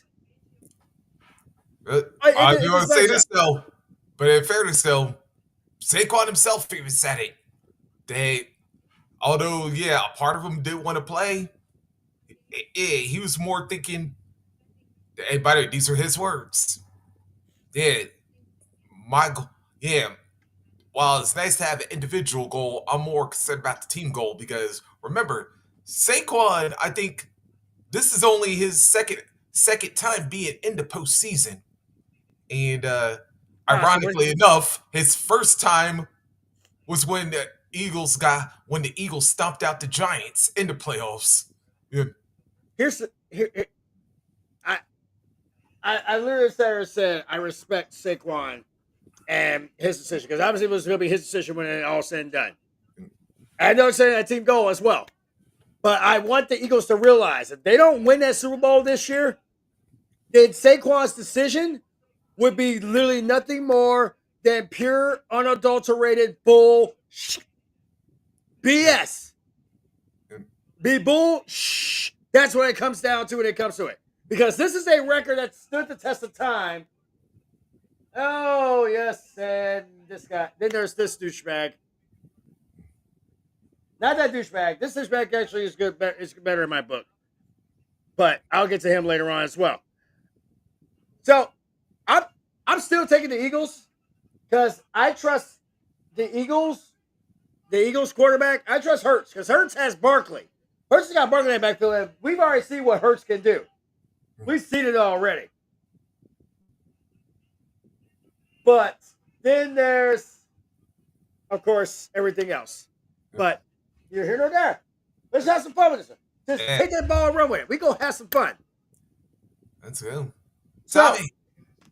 Tommy, I think it's time for you to basically sit here and get us to our last. And one of the most intriguing games of the weekend, you got a Sunday night football matchup between the Washington Commanders and the Tampa Bay Buccaneers. The Commanders, whew, look at them. Jaden Daniels, most likely going to be Offensive Rookie of the Year, had a pretty damn good season, and now they are in the playoffs. And considering what was thought of the Commanders heading into this year, they're another team that has defied expectations, especially on defense. The fact that they have a top 5 passing defense, they're ranked 3rd right now, is super duper impressive. Yes, their run defense is ranked 30th, and that leaves a lot to be desired. But ultimately for the Commanders, I thought they were going to be competitive this season, but the fact that they were able to be contending for the division, and now we're sitting here at the 6th seed, they deserve a lot of credit for what they've been able to do, and that offense is super fun to watch. They have the 3rd best rushing offense in the entire league, and they are going to have their hands full going up against the Tampa Bay Buccaneers,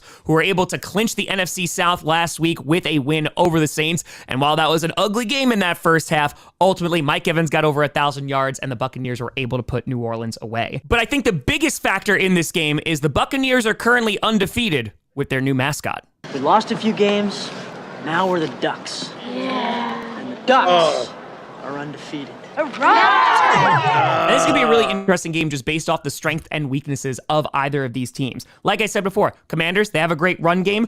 Buccaneers, they have a great run defense. On the other side of things, the Buccaneers have the 3rd best passing offense. The Commanders have the 3rd best passing defense. And so there, they are pretty evenly matched. However, where the Buccaneers have a sizable advantage, they have the 4th best rushing attack in the NFL, while the Commanders have the 30th ranked rushing defense. So Bucky, Ducky, whatever you want to call him, Irving, he could have a day against these Commanders. Also being played in Tampa, I think it's obviously going to be an advantage for the Buccaneers, but I think this is going to be a really, really fun game to watch, and it could go either way. I think the way the Commanders win this game is that if Jaden Daniels is able to connect with guys like Scary Terry and throw the ball on this bad Buccaneer secondary. However, if the Buccaneers can control the clock and run the ball, I think they should be able to get this win. I think time of possession might go in the Buccaneers' favor, and as long as there's no shenanigans where they just decide not to show up in the first half, I think the Buccaneers do get this win in a highly contested matchup. Commanders, you've had a phenomenal season, and I would not be surprised if you get a win against the Buccaneers, but for right now, I'm firing the cannons. Quack, quack, quack, quack. And finally... yeah, Tom, yeah. That's dirty. No. I gotta get this one. I want this one. No, go ahead. No, you by all means, you go right ahead. Yeah. Let her rip. First of all, Tom, yeah, that was dirty pool, like using that Mighty Ducks clip. That was dirty pool. Yeah, but Cap, you remember how I talked about teams being bad in a certain area, but then in the playoffs, that's actually the one way they win a game? Yep. Yeah. It's funny you mentioned, because I remember another team who had a really bad rushing defense. And ironically enough, they had a playoff game against the league's rushing champion.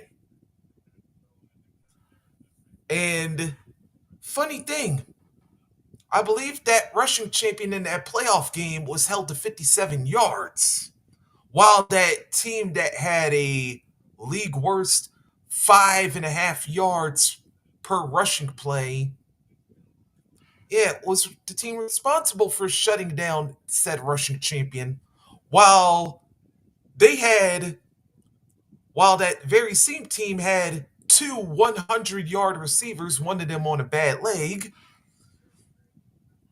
run roughshod over those very same against a white hot defense in the second half of the season.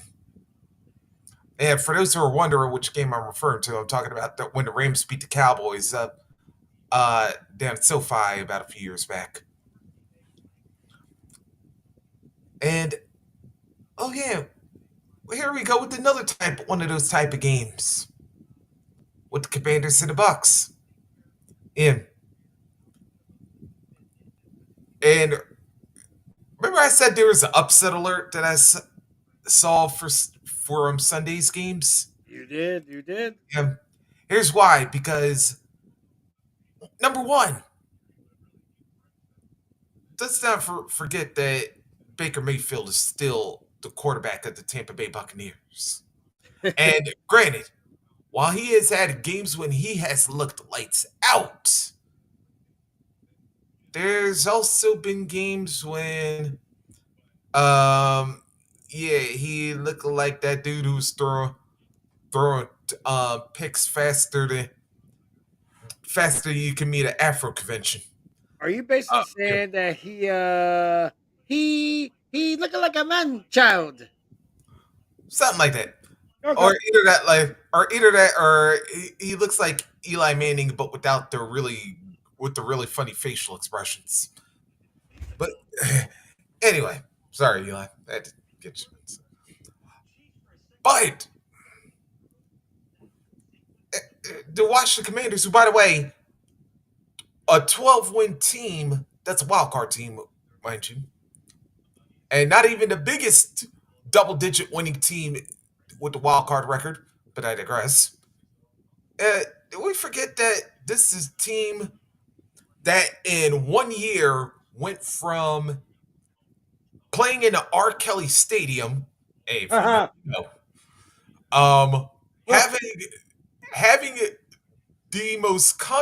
one of the most controversial owners in sports history as their owner, and taking all of that away to now getting that stadium fixed, having people in DC energized, probably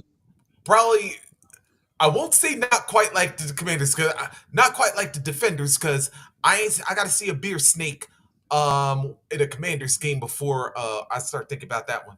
He's kind of gonna put it on film. I'm gonna be honest.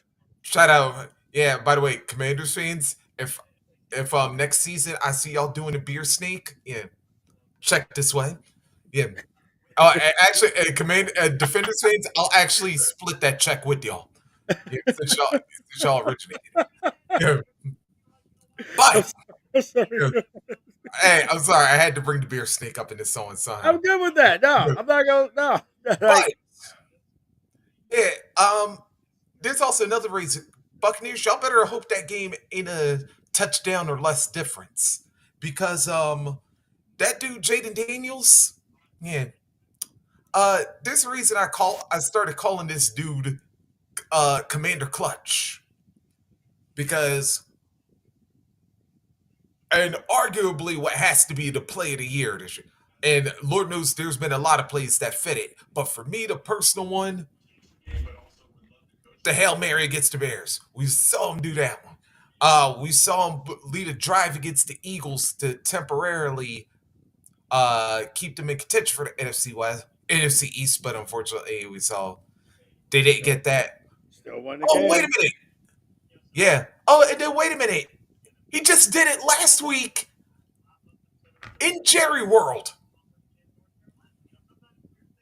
You think that Jaden Daniels is going to be scared of going into Tampa, where it's going to be nice and warm, and yeah, he might not pull off another one of these performances? Dude has been doing it on the road all year, and I want to tell you what, Baker, if I even see him have one turnover, whether it be a fumble, whether he throws an interception, I would call a game right then and there. I say Commanders pull off an upset. You know, here's what goes for me. I have not been sold on Tampa Bay. I remember the last time we saw Baker Mayfield in the postseason. He practically made Ben Roethlisberger basically a second and not acknowledged him as his daddy, because that's pretty much what it came down to. And I'm not pulling. Actually, that wasn't the last time we saw Baker in the playoffs. That's the last time I saw Baker in the playoffs. Because everything after that, I just didn't care, except for the times that he was with the Rams, and then all of a sudden, Rams practically helped resurrect his damn career. So Baker, you're welcome. But Baker has a tendency to be that. It must be a thing with Tampa Bay quarterbacks. For some reason, they turn into hot garbage the minute they put on that Tampa Bay jersey. The minute that creamsicle. Look at this game with the Lions. The creamsicle was living proof of that. You put on that creamsicle jersey, you're almost guaranteed that you're wanting to lose. Hopefully, those creamsicle jerseys don't make an appearance this weekend. But I digress. Here's what it boils down to on this plateau: is Washington is going to win this game. I have more faith in Jayden Daniels, in my opinion, the offensive rookie of the year. I have more faith in him than I do in Baker Mayfield. It may be a playoff atmosphere. Who the hell cares? Jayden Daniels is built for this. He was a guy at LSU, for the love of Pete. He's managed to sit here and have the most rabid, volatile fan base in its most volatile time frame in the one of the most volatile cities in the country. And he's managed to get these guys together to have a cold one and sit here and celebrate a Commander's win when it matters the most. The fact is that the Commanders did what the Cowboys and the Giants could not. And that's win when it counts, win when it matters, win and you're in. Yep. That's the bottom line on it. Wait, would you say that the Commanders were the ones who went all in? All in? I'm honestly certain. Cowboys, take notes. That's what all in looks like. That being said, I got to go Washington on this one. As much as good as Tampa Bay has done, and I'm impressed with what they've done up to this point, I'm just going to basically call it like it is, and I'm going to say it like it is. These guys are going to do what they have to do. This is going to be a good game. Mike Evans is going to get his numbers. He's going to get his props. He's going to get his tribute. He's going to get his acknowledgement. But Washington has way too many arsenals. And, of course, the infamous X factor this whole game is Jayden Daniels. But that guy's not the other guy. That guy is Scary Terry. You can run, but you can't hide, Rich. You can't run, but you can't hide. Terry McLaurin has been literally one of these big factors that's gotten little to no respect, and he deserves that respect. I see Washington. For me, it's like, yeah. I see Washington winning this game. I feel like it may be a nail biter. I feel like it could be a nail biter, but I see Washington winning this game and making that move to that next round, which they so rightfully deserve to have.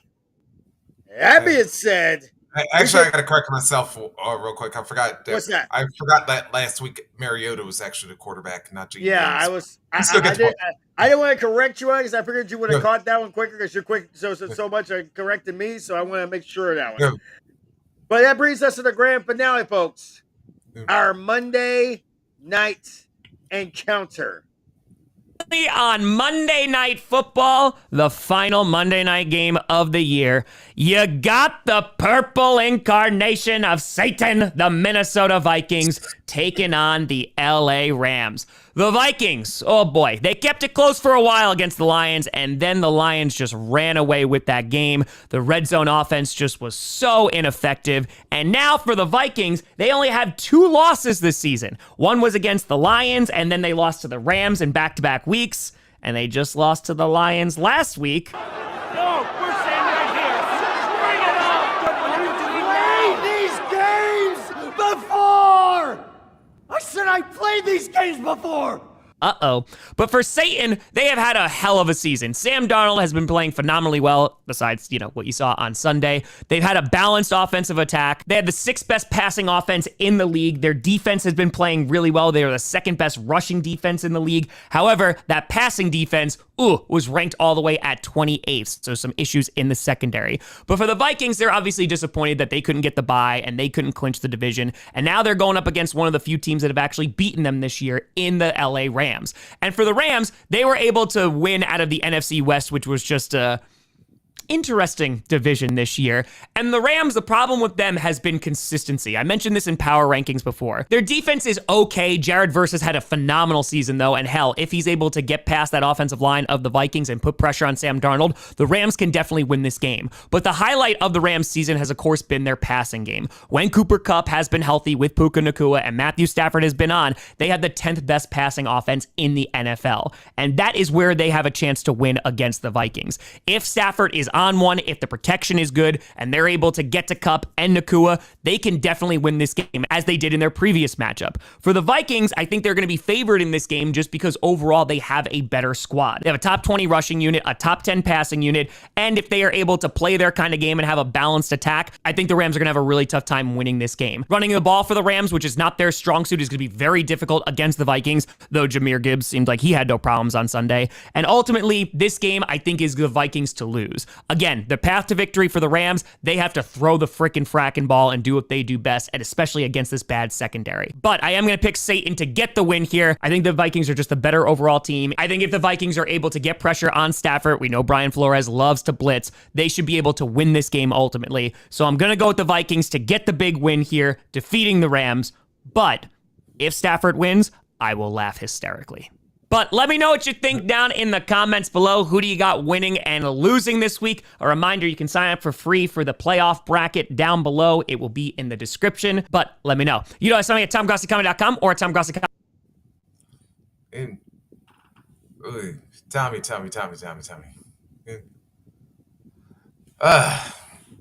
Now, while he did make some good, first of all, I do want to say this. I do want to give him 1 point. It's like, Minnesota Vikings, who the hell saw them coming this year? Like, not a damn person. I'll gladly take my own L on this one because I had this team like a surefire number 1 pick coming into the season when McCarthy went down. And yeah, Sam Darnold, yeah, I see you in the background right there. We're gonna get touch on that when I switch to the Rams.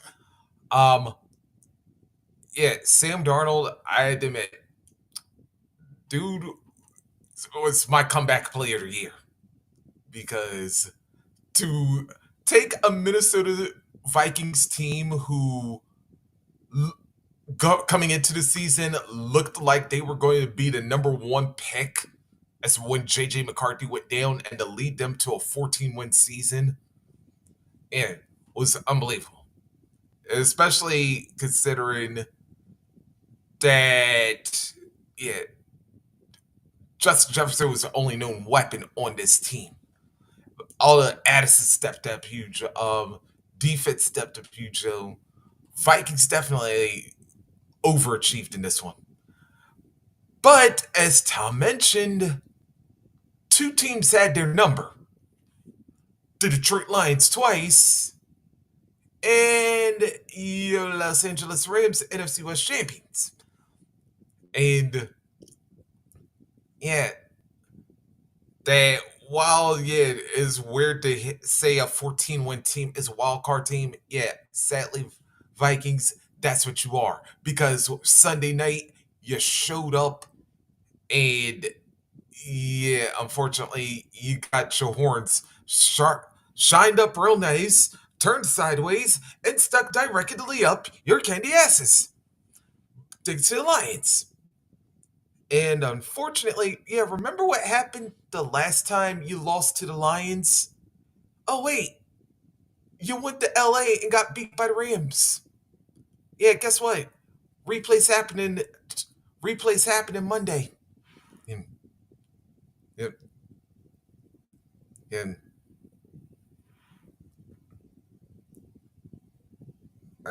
Because the sport entertainment guy, unfortunately, he's probably has a point, but we know Vikings have not been looking good in that season. But playoffs between against Rams, that's definitely over for Rams, so it happens. So. And Cap, and tell him about that dude, Blue Cooper Cup. How he'll line them up. We go be honest on this one. Yep. Years ago, Cooper Cup won the Triple Crown. Yep. Meaning and that MVP the same year. he was literally the elite.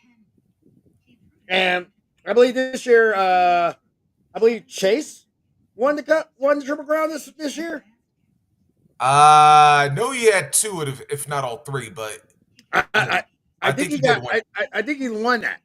The Triple Crown is a very tough thing to get in any season for a wide receiver.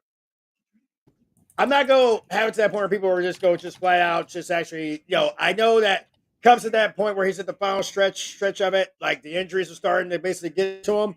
But to disrespect Cooper Cup, you might as well just slap your own damn face when it comes down to it. Okay, yes, he did. Yes, Chase did win it, just to verify. And here's the other big thing.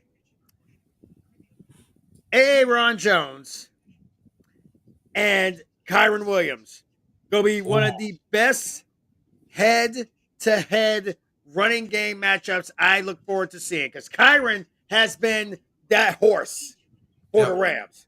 And Kyren, I owe you an apology, brother, because I forgot to mention. Yeah, two of the most underrated running backs also. Exactly. And that's the thing, is that Jones has a good shot as well. This is the part that always gets me more than anything else, is that people always sit here, they say this. Here's the thing.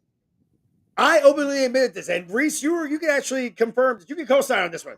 I actually confirmed this about either a few days ago or a little bit ago, where I sat here and said that, flat out, plain and simple, that Puka Nacua, and I have people around me that actually can confirm this as well. Puka Nacua is the new Cooper Cup. Cooper Cup is there, but Puka is there too. And the two, pretty much, you get these two, that two-headed monster together, throwing Kyren Williams in that as well, you got yourself a great matchup. And then you have Jordan Addison, Justin Jefferson, Aaron Jones. So this is going to be fun. This is going to be a fun game to have. This is not going to be like what happened the last time, the shootout between these two guys. It's not going to be the face between these two teams. Not going to be that kind of shootout. I feel like it will be a bigger shootout, but now there's more on the line. So the last time Sam Darnold came to LA, he lost. They get to play in Arizona now. And maybe the desert will work for their advantage. Maybe it will. Maybe it won't. Maybe the shift from California to Arizona will work to the advantage for the Vikings. Who's to say? I'm not going to try to sit here and say, oh, well, anything is possible. No, not this time. Last year, I picked the Rams to beat the Lions because of the fact that I underestimated Detroit's grit.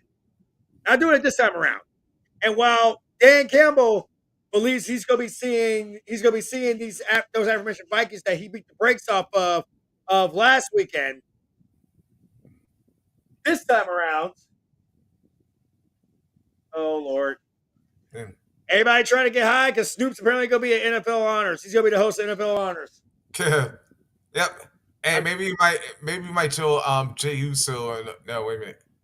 Yeah, because I forgot. Yeah, that didn't work out too well for Travis Scott on Monday, but I digress. No yeet. Yeah. And honestly, I'm gonna be as blunt on this one. This is the one game. Pun intended. This is the game I'm actually looking forward to, and I like it. I like this game because of the fact that this is one that everybody is expecting the Vikings to do what they do best. And ironically enough, they're showing the Thursday night matchup between the Vikings and Rams right now on the NFL Network, in case you need a little bit of that. And, of course, the man of the hour, Kyren Williams. When it comes down to, for me, is that this time around, the Rams are paying attention. This is the team that I said was the Titanic at the beginning of this season. After that blowout loss to Arizona, I called this team the Titanic. They went from Titanic to dynamic in a span of a single season. I have to acknowledge that. I have to acknowledge that. And when it comes down to it, do I feel like the Rams will be ready this time around? Of course, without question. I look forward to it. Yeah. You know what I'm hoping for this one game, though? What's that? That, although I doubt it's going to happen, yeah, that the referees don't wind up being a headline in this game again. Well, yeah. Or for any of the games this weekend. But like I said, I doubt it's going to happen. But I mean, it's kind of one of those things where we just have to sit here and look at the referees and just go, refs, basically what he's trying to say is that specifically in this game, because I was like, yeah, because although it kind of came at a point where it kind of didn't matter, but I was like thinking about that face mask in the end zone when Darnold got safety. Got safety, but it was like, yeah, like I said, it came at a point where it really didn't matter. But I think basically, to put it as nice as possible, and you can correct me if I'm wrong, Reese, but you're pretty much trying to tell the refs not to be, stupid. Yeah, that's basically in so many words. But I mean, this is the best thing I can do on that one. But I want to look forward to this one because of the fact that this is going to be a great weekend of football. It's going to be. There's no question about it. We're going to have a lot. Like, this game is going to be great because you get a nice little reunion between O'Connell and McVay, two men responsible for bringing the City of Angels a Super Bowl trophy a few years ago. But for me, it's I guess it's a bigger deal for me because of the fact that I've heard all the shenanigans. I've heard the people talking and everything else. I've even openly said, I don't really buy into these Rams. I don't. I said this once before. I'm saying it now. But this is a Rams team that literally was at the bottom of the barrel in a division that looked more like basically the entire movie of Blazing Saddles than it did of Braveheart. But the Rams fought back when they. It was a little how the West was won. It literally was how the West was won, or Million Ways to Die in the West in a way to look at it.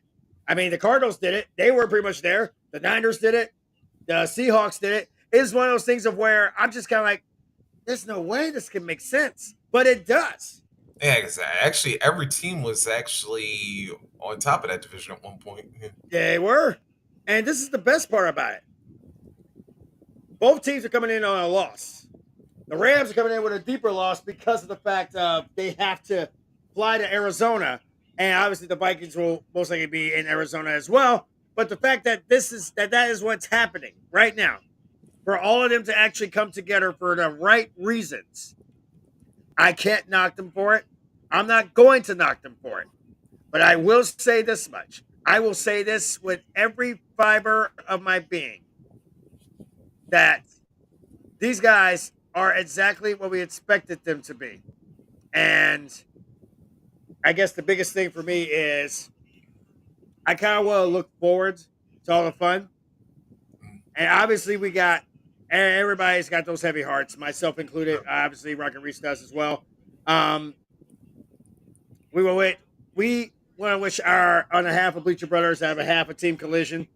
We want to wish our massive thoughts, prayers, condolences to all those affected by the wildfires that pretty much are literally right under me, in a matter of speaking. And California, as I am here in Washington State, and I'm just trying to do my best to try to give my peoples on the West Coast some entertainment. I hope I can only do so much. I've done the donations. I've done basically the entertainment on that one. And pretty much go if you can help. The NFL has links to a site. I will put one on our X page as well, just to make sure everybody has the right spots. And it's just one of those things of where if you can help them. That's just what it comes down to. I don't know exactly what everybody's financial issue is. If they're in the same situation as me, where basically we work hard for our money. A buck won't hurt. Yeah, that's all it basically comes down to. A buck won't kill you. Throw in some quarters, whatever the case may be. Yeah. Treat it as if it's basically like the Salvation Army ringing that bell outside of a Walmart on Christmas. Yeah, and like I said, even if they surpass their goal, still keep donating because like any and every dollar that could go and help, it could do wonders for the area. And I actually had to think about this one while we're in a LA mood. Yeah. It's like kind of funny this first year, and actually I think I mentioned this Tuesday. This is the first time that Chargers and the Rams have both been in the playoffs since the Chargers moved back to LA. And you didn't get my memo? Actually, no, that's my fault. I'm just messing with you. I thought I did mention it. Oh, hey, remember they had to clinch their spot still. Yes, I know. But I was like, I kind of thought back to. I kind of wish that I did like a couple years ago when the Super Bowl was going to be at SoFi. I was kind of hoping we had the kind of the LA story then. This is true. Although I was kind of getting ready to call out the fans on both sides because especially like the Ram fans, but Kelly Stafford actually beat me to it. But I digress. But in all seriousness, though, LA thoughts and prayers are with y'all, and like I said, I know that the Chargers going to be in Houston trying to do their thing for y'all. I know the Rams going to try and do their thing for y'all, and while they're out in Glendale and trying to give a dub for y'all. I know like something is much, but I think back to was it 2005, 2006, right around there when Katrina hit New Orleans, and and then you had that big Monday night game when the Saints finally got to come back to the Superdome, like after Katrina hit, and sometimes football has a funny way of just being the beginning of a recovery. I mean, it's about accurate. I mean, you go back before Hurricane Katrina, the introduction of Tom Brady and getting his GOAT status during the 9/11 era when that tragedy happened. It seems like it does bring people closer. In fact, if I'm not mistaken, I'm sure the Broncos did something a few months or so after the Columbine incident. So for me, it is a big issue because while I may claim St. Louis is my hometown, I was pretty much born in LA anyway. And my biggest thing for me was that while I may have been too young to be able to remember any memories of it, I have been back to LA since then. I remember 110th and Main. I remember the damn little corner store that's like maybe 2 or 3 blocks up, and people were worried for me because of the fact that I would be going there wearing all blue or all red, and in that neighborhood, if you know, you know. Let's just put it like this. Let's put it like that. I loved my time hanging out in Altadena with the family, and Pasadena, sitting here actually learning the true tricks of sitting here playing spades. So yeah, and Texas Hold'em poker. Thank you, Unc. I appreciate that. But as much as I hate Anus Crunky, I do have to give him props on this one because of the fact that he did at least sit here, and obviously the Kroenke family did donate they donate $1 million. I think it was like either $1 million or $5 million. I can't remember which one. But they're putting forth that effort. And obviously, as I said at the beginning of the show, I'm giving Arizona props because the Arizona Cardinals organization stepped up big for us, and so it's a big for the team, and we have to at least acknowledge that and appreciate that one. So that was a big one. I know that this is accustomed to what people are accustomed to seeing when it comes to basically team collision, but this is the one time where team collision is just they're being human. We're all about the fun. Don't get us wrong. We're all about the fun. But we've been there. I bet you're in Carolina. You guys, let's see, between the snowstorms, the hurricanes, everything in between, you guys have gone through it. And the crazy weather that we're having here on the West Coast, just the same. So to say the least, it was rather fun, rather enjoyable to sit here and take that ball and run with it. I would be honest, it's kind of one of those things where we just had to just take that ball and run with it. And but before we do go, there are two pieces of but while we covered all the wild card teams, let's not forget that there are one big team on each side of this story that we gotta acknowledge. First, that of course being the two teams that are chilling this week. The back-to-back Super Bowl champion Kansas City Chiefs on the AFC side, and them kneecap biting, your Motor City fighting. Yeah, sorry, Rock. I was trying to think of something. I would have tried to get that down by next week. I'm sure The Rock would give you props for that one, so don't feel bad about it. Yeah, Detroit Lions. Yeah. So let's look at the possibilities of who they could be seeing win the divisional round. Now, of course, if by some chance there are no upsets, let's see. I think we could possibly. Oh no, we lost to Baltimore last year. We could have a Chiefs-Texans potential matchup. We could have an AFC 3 between the Chiefs and the Chargers. And I doubt we're going to see Chiefs-Steelers again, so I cannot ixnay that one. But you know we could possibly have AFC West 3 again, Chiefs and Broncos. Of those 4 potential matches, which one do you think the Chiefs will wind up getting? If I'm going to be realistic here, I'd like to see the Chiefs and the Broncos. I feel like the Chiefs and Broncos got some unfinished business. Despite what Travis Kelce said, that they didn't just throw the game. Let's be honest.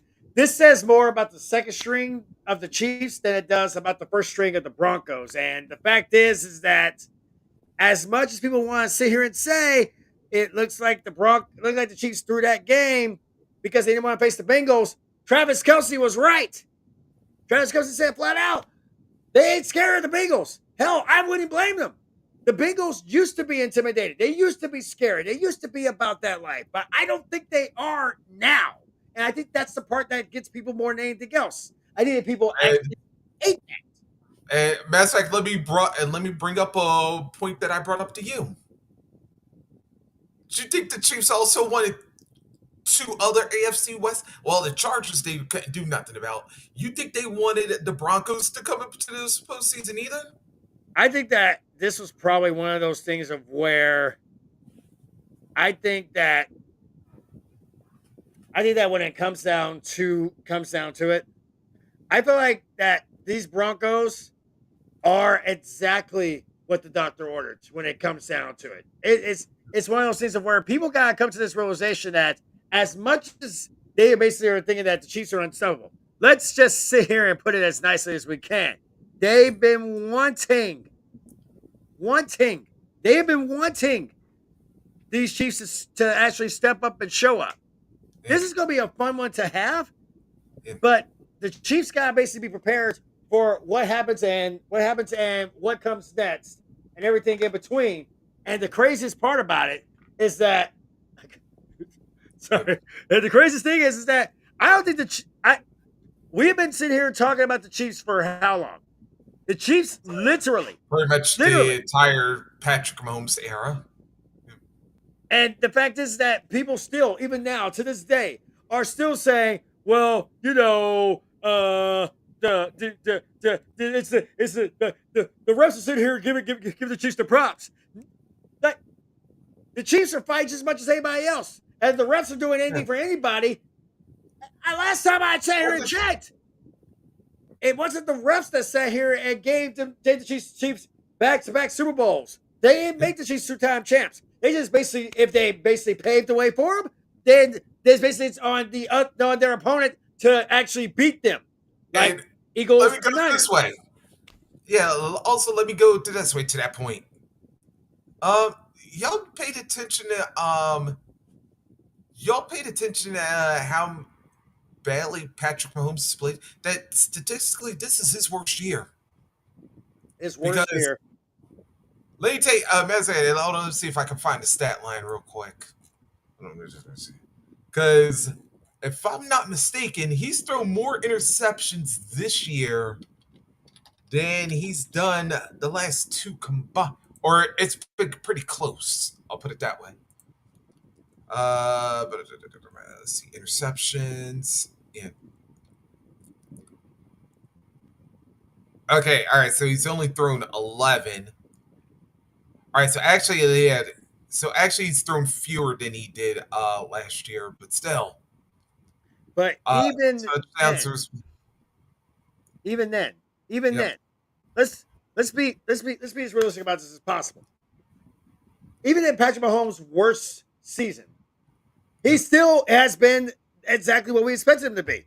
And I think people have spent so much time getting mad because he's been good, but he hasn't been that damn good. But yet they still find ways to win. When we gonna start actually pointing fingers at the other team?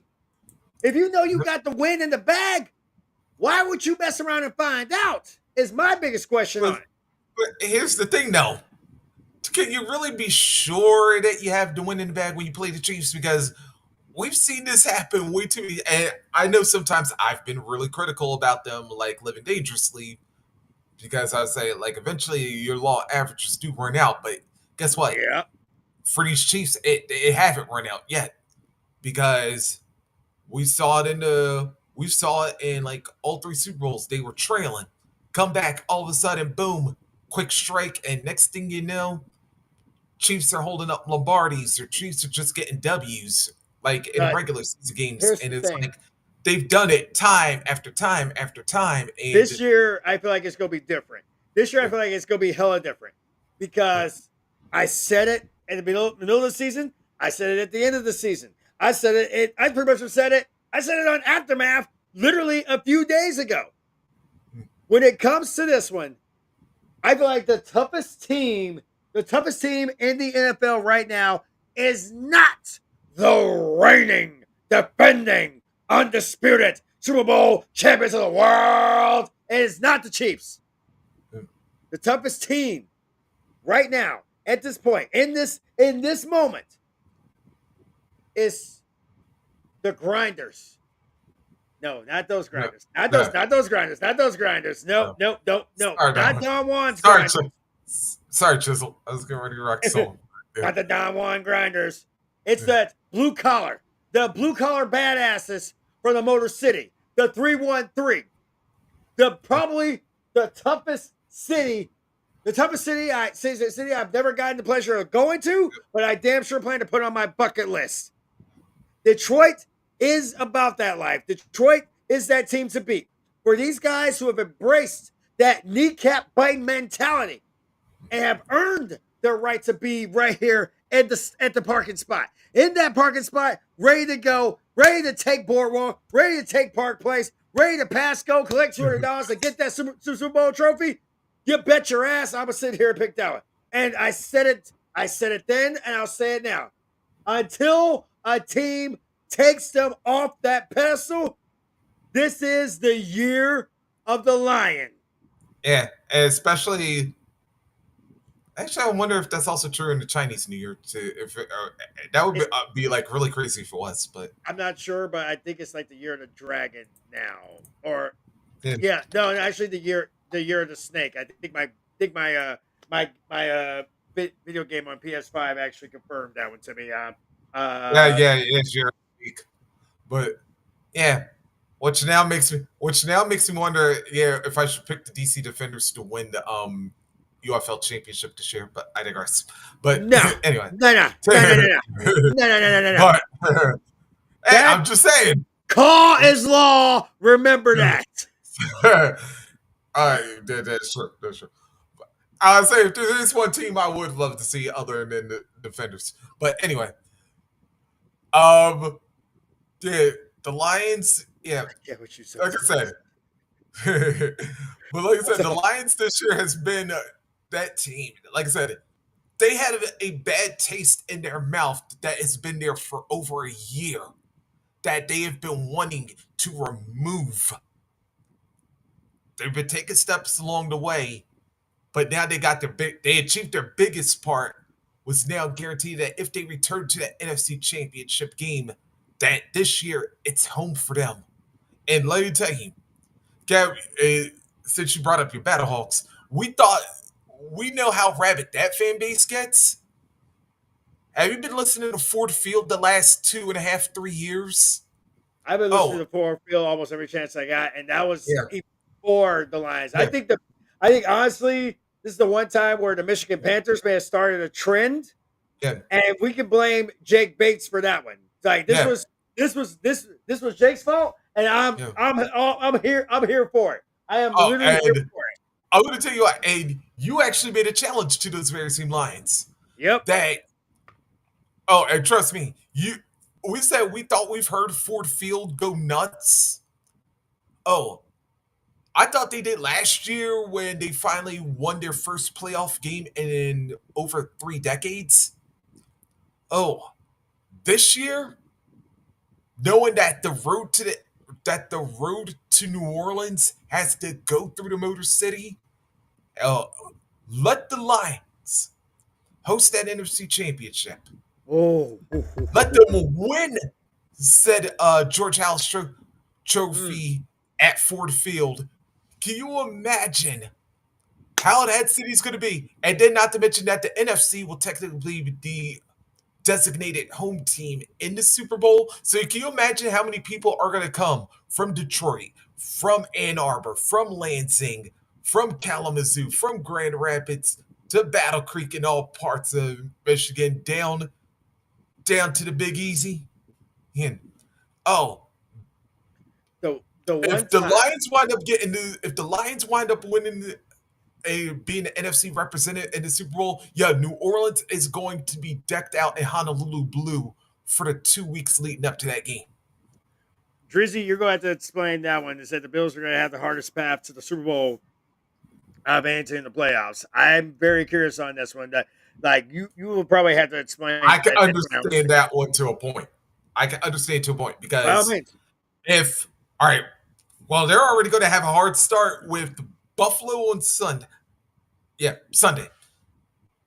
All right, pending more than likely, they're going to see the Ravens in the divisional round. That's if they make it out of the wild card. That's what I'm saying. If they make it out. That's as if they make it out. And I know people are basically sitting here saying, hey, you know what? That's just not going to happen. That's what I'm saying. That's what I'm saying. If they make it past the Broncos Sunday, and I was like, and then, like I said, if they get to the divisional round, they're more than likely going to see the Ravens because, like I said, I don't see the Steelers winning that damn game. And we already know how, trying to stop Derrick Henry and Lamar Jackson, good luck with that. But even if they somehow wind up beating that one, then that 0-2 familiar foe of theirs is waiting for him in the AFC Championship game. The Kansas City Chiefs, they're one constant roadblock. Yeah.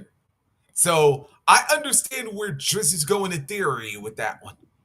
Because, and more than likely, that is going to be Buffalo's road if should they even get to the AFC Championship game. It's going to be Denver, then Baltimore, then Kansas City. And I'm going to tell you what, them are three teams I do not want to see in the AFC side of things. Where as far as the NFC side, the Lions are going to have it easy either. But, which now actually lets me lead to this question. Who do you think they see first? Because more than likely, if no upsets happen, they see the Rams. Yeah, it's the Rams forcing. All right, but then there's a possibility we could have round 3 with them in Minnesota, which I think they're, given what happened given what just happened this past Sunday, yeah, I think they would love to see Minnesota a third time. Like I said, you can have the Lions and the Commanders. That one's got me a little mouth. And then you can even have round 3 with the Lions and the Packers. Yeah.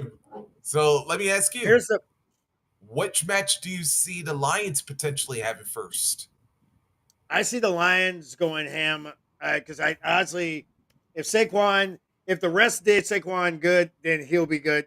Jalen Hurts, I just don't see Jalen Hurts doing much of anything outside of what he has been doing.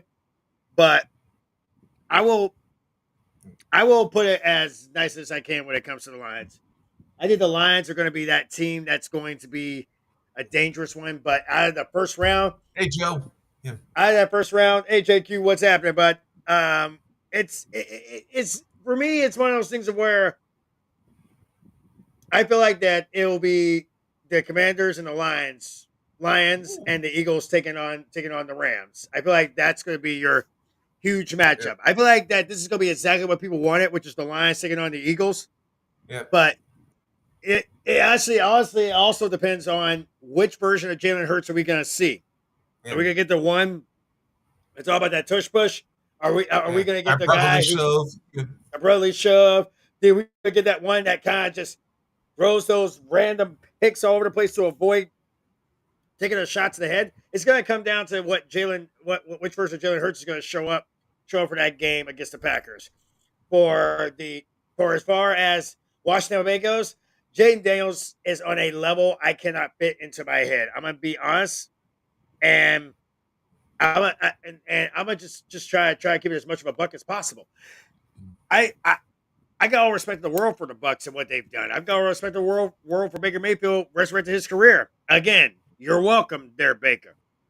But this is a different kind of animal.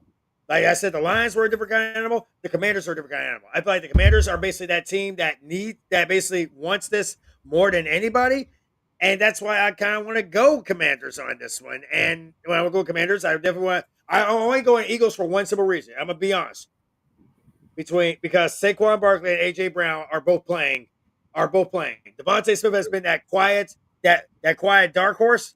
Yeah. But the biggest thing is going to be Devontae Smith's going to be that kid. He's going to be that kid that's going to basically sit here and just throw in everything else.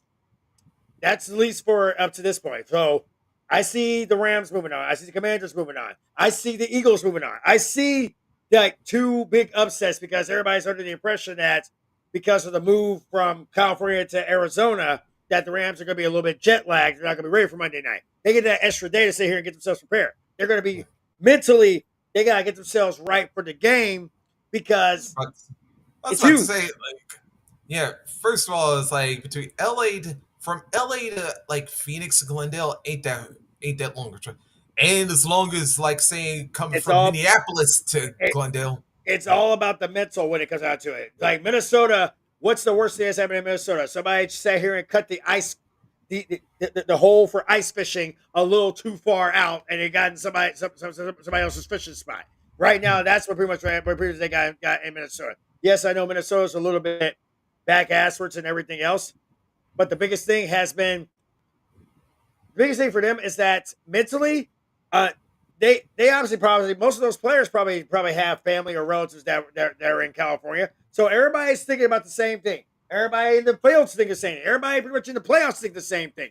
And the biggest thing is they're going to give us the best game that we can ask for.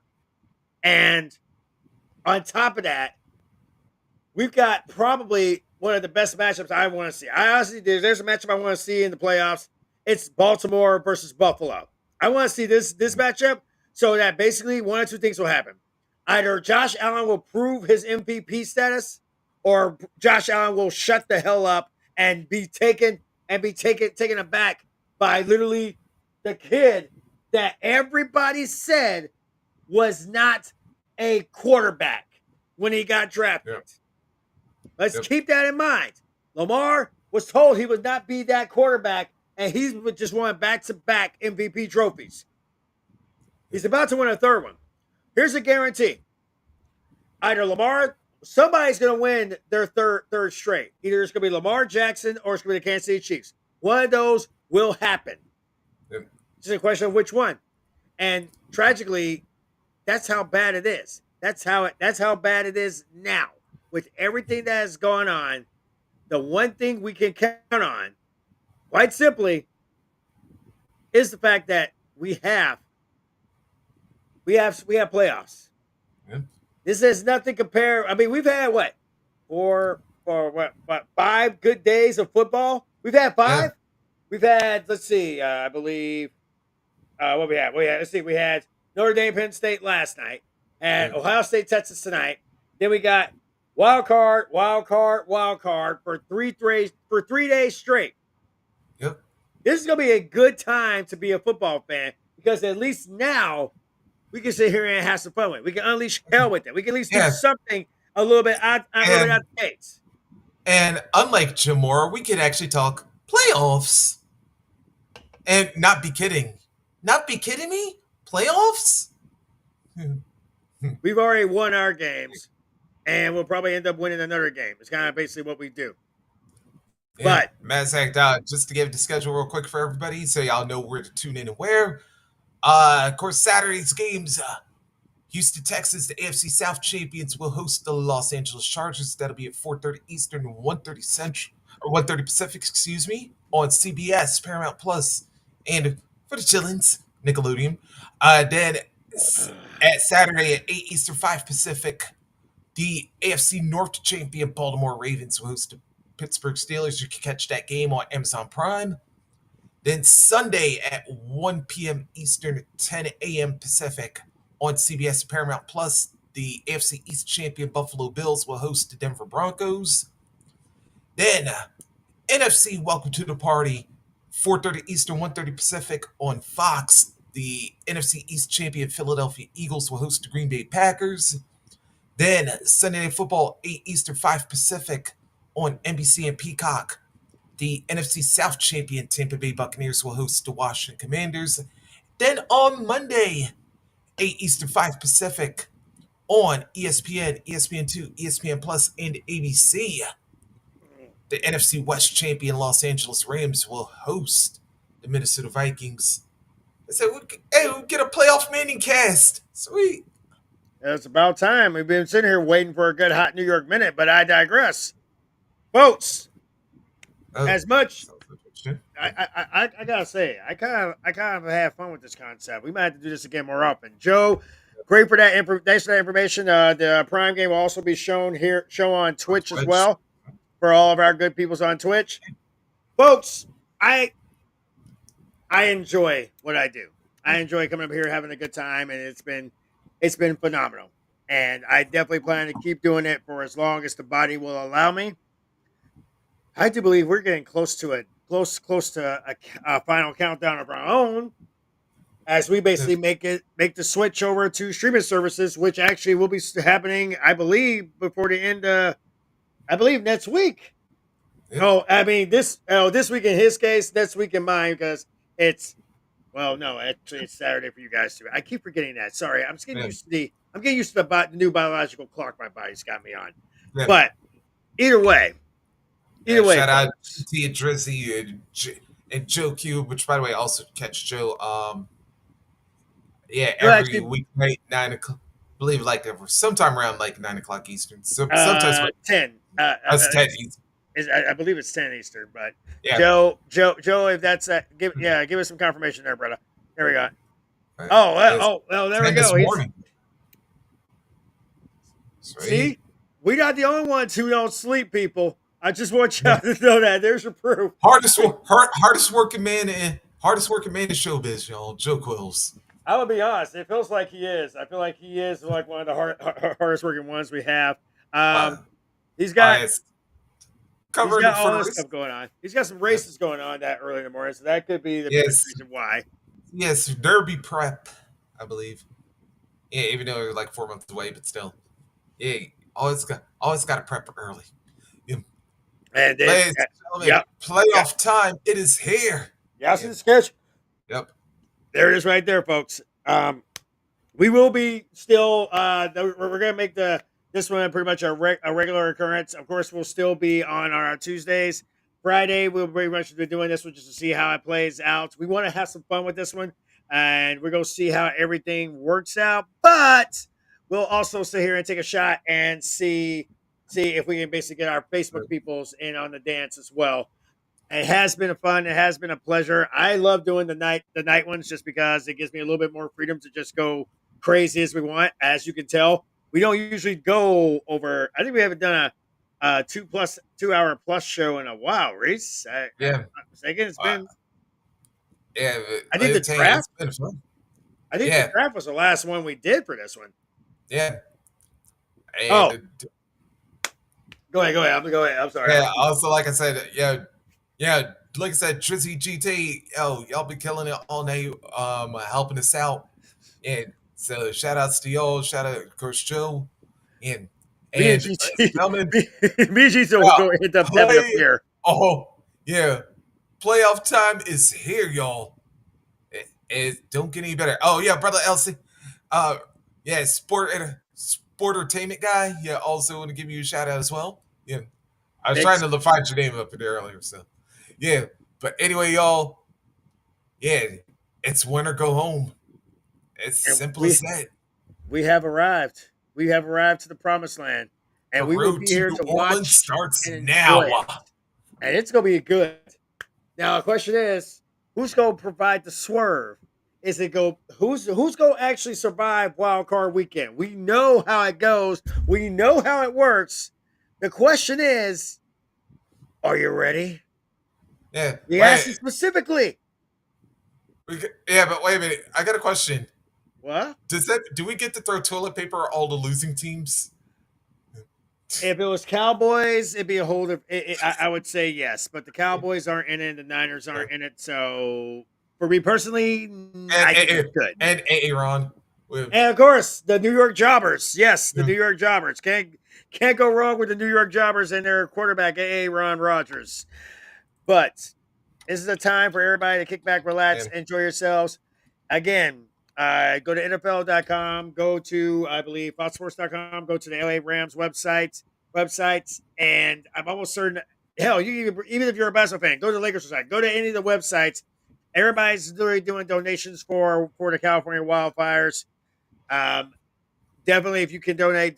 If you can just send some little motivational videos for everybody that's sitting here fighting that, especially our good first responders.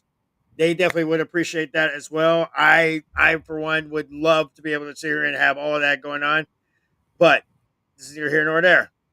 Rockin' Reese, you got anything else you want to throw down before we bug out?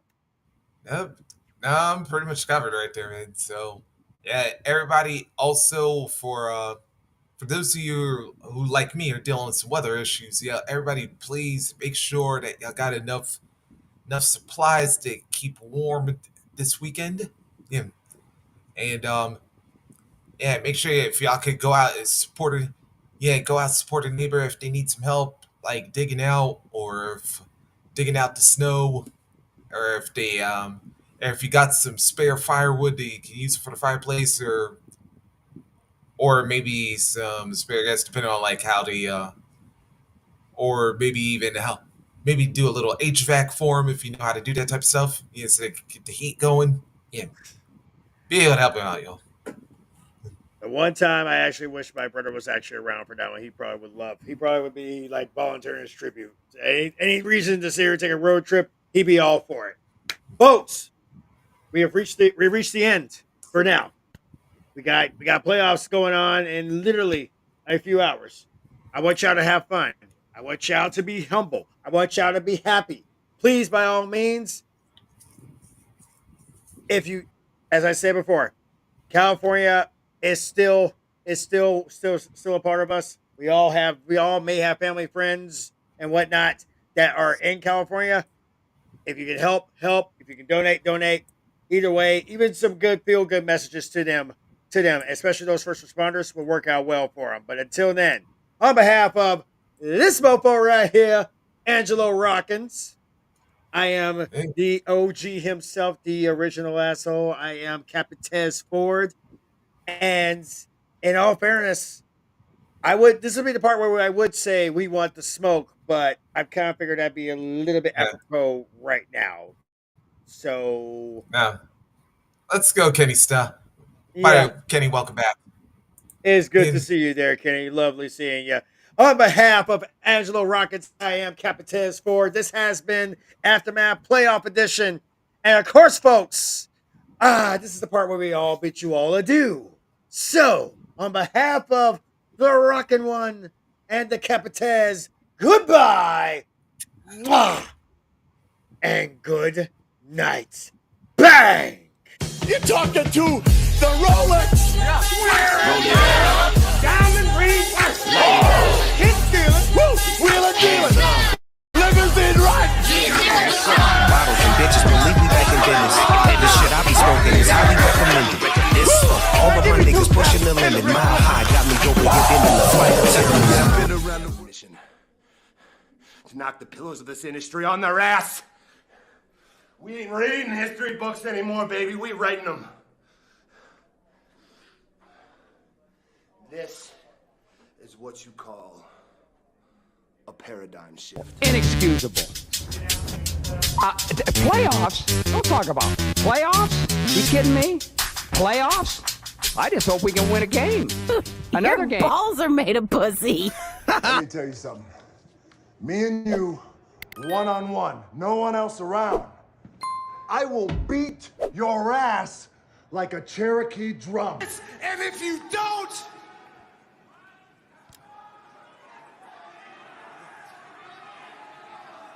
you are going to get your fucking head kicked in.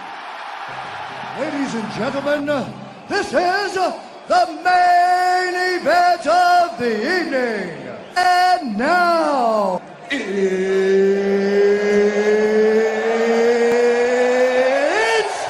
time! Yeah, that's right. This the Trill Triple OG. But be it, I'm still repping UGK for life. You know I had to come and rep with my boy Swerve and my boy Flash. It's really going down. Garbage, top rope, catch a vibe, catch a foot when I drive. Big pressure, I'm high. In the ring, won't survive. Yeah, I swerve when I drive. Yeah, I swerve when I drive. Yeah, I swerve when I drive. If you hit me, you lost your mind. Top rope, catch a vibe, catch a foot when I drive. Big pressure, I'm high. In the ring, you won't survive. Yeah, I swerve when I drive. Yeah, I swerve when I drive. Yeah, I swerve when I drive. If you hit me, you lost your mind. Man, look who linked back up with Swerve. Getting back to that bullet business, the OG. Last time it was low key. This time I'm fully in this, and we ain't taking no shorts. We ain't giving no passes. This time we ain't teaching no classes. We just whooping their asses. When you on your back on that mat and see him coming off of that top rope, man, I don't know what that look is on your face, fool, but it's not hope. See, this that dirty work that's guaranteed to make your nerve jump. And you know